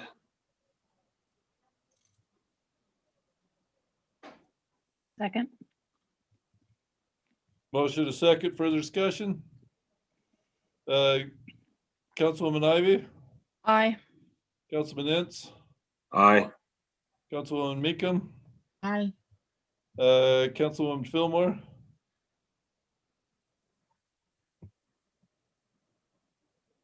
Microphone, Councilwoman Fillmore. Oh, man. Aye. No, I'm sorry. I'm sure I unmuted. I guess I didn't. Aye. I thought I'd froze again. I said, oh, man, and everybody heard me say that. Councilman McEwen. Aye. That motion passes 5-0. That's better than some of the things you could have said. I know. Watch what you say at all times, right? That's right. Especially when you think a computer might have frozen. Yeah. Okay. She was doing that to me on purpose, Councilman Fillmore, see how I'd react. Okay. Thank you. Thanks, Mark. Thank you. Anybody want to come plow snow tonight? How much are we gonna get? They're saying could snow up to 1 inch an hour through parts of it, 2 to 4. Really? Big Yeah. one? Yep. See, and I would have left my car on the road, assuming that it didn't stick today. Tell all your teenage kids to put the cars in the driveways tonight. Hey, Mark, Okay. I did see one hand go up, so make sure you swing up and pick up Councilman Ivy. Stephanie and I have rode along before, anytime. Is that allowed? COVID protocol, wear your mask. We'll wear our masks. Okay. All righty, thanks, guys. Thank Thank you. I'd like to do it, but not tonight. Okay, we'll catch you next time. Okay. All right, let's go to summary action calendar. Item number 7, 2 items on the summary action calendar. calendar, a Jacobson mower, and evidence storage room for the police department. Do we have any questions on those? Is the evidence storage room, was it in the budget or is that another addition? It was in the budget. Okay. It was part of that. It was part of the original budget and then amended back into the budget in January last month. And the mower was part of the original budget too. That's correct. Okay, I would make a motion that we approve the items on the summary action calendar as outlined. Second. A motion is second. I'll do a roll call vote. Councilwoman Ivy, Aye. Councilman Ince, Aye. Councilwoman Meekum, Aye. Councilman McEwen, Aye.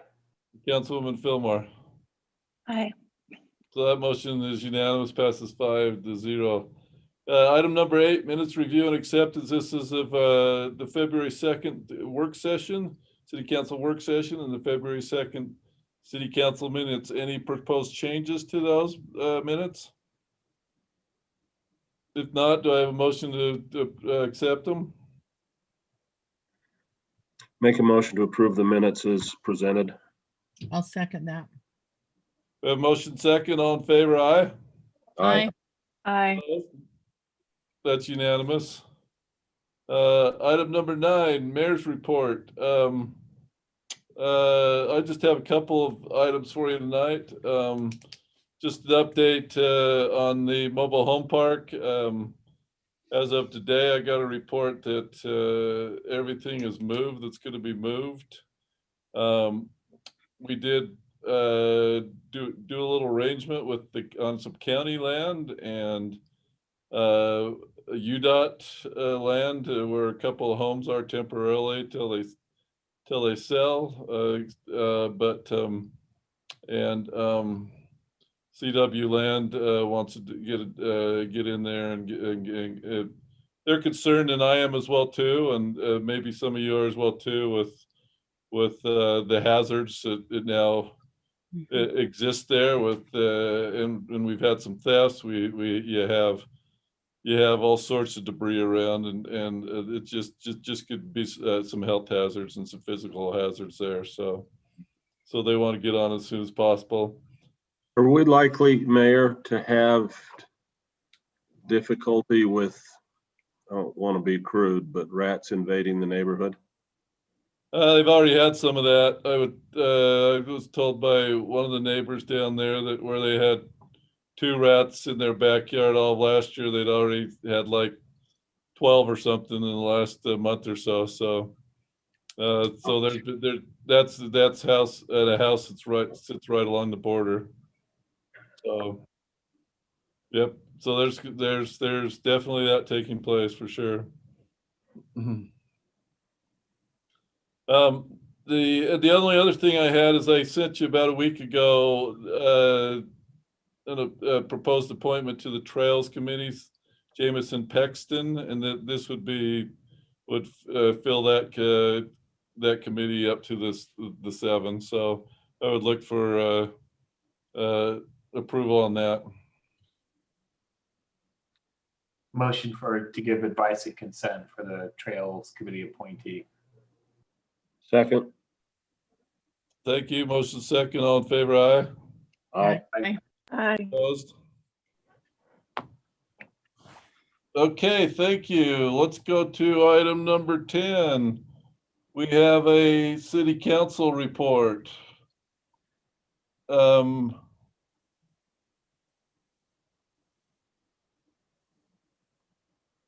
I just have anybody to report? Oh, it's George, Councilman McEwen, anything to report? You know, Mayor, if you freeze for more than 3 seconds now, we're going to assume that you're gone. and Robin's ready to jump in at any time now. Well, on the agenda it didn't have a name, but so I pulled up on my computer and I noticed it was you tonight. So that's why I delayed for a moment.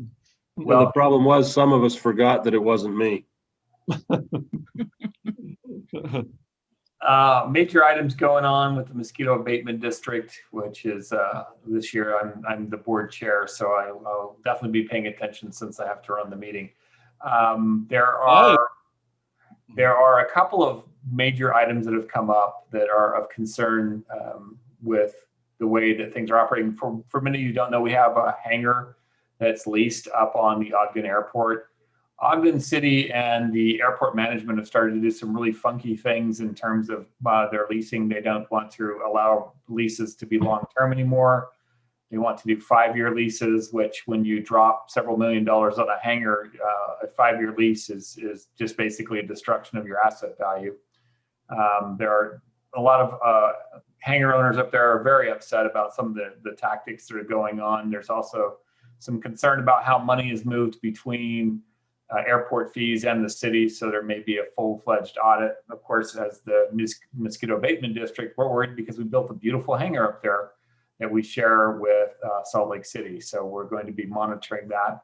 From a practical short term, we've got the continuation of COVID protocols that's going to be taking place with the district this year. I'm personally advocating where I can to work with the various local health departments where they may have additional vaccines available that don't get consumed by a user group, that we get personnel like the mosquito abatement folks who are basically vector disease control individuals in to get their COVID vaccinations, because it was a real struggle for them last year. It'll be a struggle for them this year as well. They've got additional expenses because they can't really use a lot of the public bathrooms that they would normally are available to them. A lot of theirs are locked off, and they're still struggling with things like obtaining plastics for the West Nile virus testing, because you can guess where all the rest of the plastics are going for testing. Fortunately, Gary Hatch, who is our manager, has done a really good job of navigating through this time of uncertainty and pre-ordering a lot of items where possible. So we're going to be in the best position we can be for that going forward. But subject to monitoring, we'll let you know how it goes. That's the report. Thank you. Very good report. And way to represent us as the chair this year. City manager report, Brent. Thanks, Mr. Mayor. I am going to defer to you on one item that To me? we wanted to bring up, and that is how we're going to proceed with sports this year. I think we were going to discuss that during the mayor's report. Did you want to touch on that, or you want me to lead off? Sure, I'll touch on that. So I called Brian Hatch, I guess it's about a week and a half ago. And as y'all know, he's our county health director, and we're trying to follow county guidelines. And the rec district is wanting to get in to use those fields that, they have the priority on for soccer down at the community park. And he says, as long as they're following all the guidelines, yes, they can get in there. And I instructed Bruce to let the rec district know, and maybe Councilwoman Fillmore, being a rec district board, could pass this on as well too, that let all their participants know what all the rules are that they should be following. So that affected them, but what affects us is, and I think, Brent, this is probably what you're referring to more, is the baseball program, which we run, which starts the middle of April, and we have signs up right now, or signups right now. Is that correct?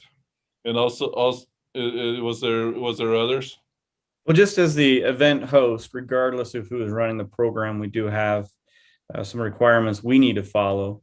And so there is a level of oversight we need to provide as city staff, even for the soccer program. And then also, we'd like to get into the newsletter regarding our summer rec programs. We've had discussion with Jennifer, and we're thinking of just running a similar summer rec program that we did last year. Again, just kind of a scaled down version of what we normally do. If parents want to participate, we'll have it available, but it just won't be what we've seen in the past. But that, with any sports going on in the future of this city, I think there is some level that we defer to the county health restrictions, and we ensure that the participants are following that closely. But if they're using our fields like Ultimate Frisbee, Bruce keeps asking me about the Ultimate Frisbee group that wants to use our fields. I don't believe they're an officially organized sport. It's a group of people who like to get together. I'm a little concerned about allowing them to use our fields under the lights since they're not an organized activity. That is the one area that we still need to work on. But anything that's organized, I think we should support, but just recognize we need to provide oversight as the event host. So that's the recommendation that we're moving forward with, and we want to get that information in this week's newsletter as we proceed. Of course, if anything changes, all the registrants and participants will know that if county changes any of these health guidelines, that it could end, and that's the risk these parents take if they may not get a refund back if the sport has already started. So that's thank you, Brent. That's how we have talked about proceeding. So I guess we're looking for any comments from any of you. I think that's appropriate. Okay. Yep. Good enough. All right. Good, Brent. All right, thanks, Mr. Mayor. I do have just a few items. One is we are having our discussions with department heads this week about budgets. They have turned in their requests for budgets for fiscal year 22. We'll be meeting, hearing their wish list, bringing it back. Jacob and I will bring it back, have conversations, and then have follow-up conversations with each department head, because I'm sure we're going to have to find areas that are going to have to be cut this year from this next fiscal year budget. So it's a process, and the plan is next month to start having our budget discussions with council as we did last year. We're being conservative on our revenues, but not conservative that we did in preparation for this year. Would be matching the FY19. We don't know what's going to happen in terms of the economy. There's still a possibility we could see a pretty big drop. The stimulus money has done a good job in keeping our economy afloat, but that could end. And anytime we see a recession, it's usually delayed. And so even though Utah's economy has been great, we still have to be concerned about a drop in the economy. With the stimulus, the proposal, the $1.9 trillion proposal by the Biden administration, there is some potential relief to cities. And according to the Ferguson Group, Centerville is slated to receive $3.931 million in lost revenue. So what that means, if we don't lose revenue, we don't see the money. But if we budget and we don't see that revenue, then there is that backfill and there is no expiration date. That's what's being proposed. That's not what has been passed. Just to give you some background, that there might be some backstop with some funding if revenues aren't there. I won't get into the politics of whether that's great or not, but I'm just stating that's where it is. The jobs are posted. If you go to our News Slick website, all of our jobs are posted in our new website. We have a building custodian position to replace Kimber. I shouldn't say replace Kimber because he's irreplaceable, but that position is available. The finance director, we're looking for some parks employees, a large area mower operator, as well as the parks mechanic and the public works director, are all posted on our website right now. So if you know anyone, please send them our way. Team, and Councilmember Ivey, I just wrote this down as a note. You had mentioned using the term citizens instead of residents. I actually noticed that community is used in some other websites. I thought about that. So we can use community if that, if that makes it feel better. Resident. I like that better. Sound like a care center. All right. Well, yeah, well, we can look at community. One of the items that I've mentioned with department heads in our last staff meeting is I'd like to start develop a calendar with each one of our departments. Each year we have pretty firm deadlines on when reports are due, such as the Senate, the Senate Bill 34 for low moderate income housing, our deadlines for budgets. So departments are developing these budgets that we can follow, which the drainage fee, again, would be one of those monthly reports as a reminder that needs to be sent out that finance would subscribe to, but I would have access to all the budgets. I mean, all of the department calendars to make sure we're staying on task and not missing any deadlines. Councilmember McEwen, you brought up the airport. As a former airport manager, I know the struggle. I've had that fight multiple times, but I support the airports on this one. I'll tell you that right now. They're making a tens of thousands of dollar investment. So Well, everyone would be okay if the fee structures were were equally distributed, and if the taxes for items purchased on the airport, such as fuel, stayed in the airport and didn't funnel back to Ogden City, which is what we're being told has happened. So that's a city- problem. If that turns out to be true, that's a big problem. City might be pushing, city-owned leases actually instead of actually owning the hangars, and that's where they make their money. Anyway. So with that, Mayor, I do not have anything else other than one item that might see in a future council meeting is glass recycling. We've been approached by a vendor who would like to provide curbside glass recycling. Doesn't impact the city at all. ACE, our current disposal services, actually endorses them. Other cities are using their services. We're going to look into it a little bit more, but we wouldn't see anything. They would pay the fee directly to this company, and just a thought. Is that the one that was sending us emails about their services, or is it another one? It's a different one. Okay. It's a different one. Again, they're endorsed by our current disposal services. It goes a long way for me if Okay. that's what they recommend. So that's all I have, Mr. Mayor, unless there's questions for me. All right, thank you, Brent. I guess we're looking at a motion to go to a closed session, adjourn to a closed session, not to return then, correct? That's Yeah, correct, right. Mr. Mayor. You do have a link, and I've invited Jacob and Lisa to that meeting as well. Motion to adjourn the city council to convene a closed session to discuss the character and competency of an individual as allowed by law with no intent to return to open session. Second. All in favor? Aye. All right, Aye. look at the links. See you in a few minutes.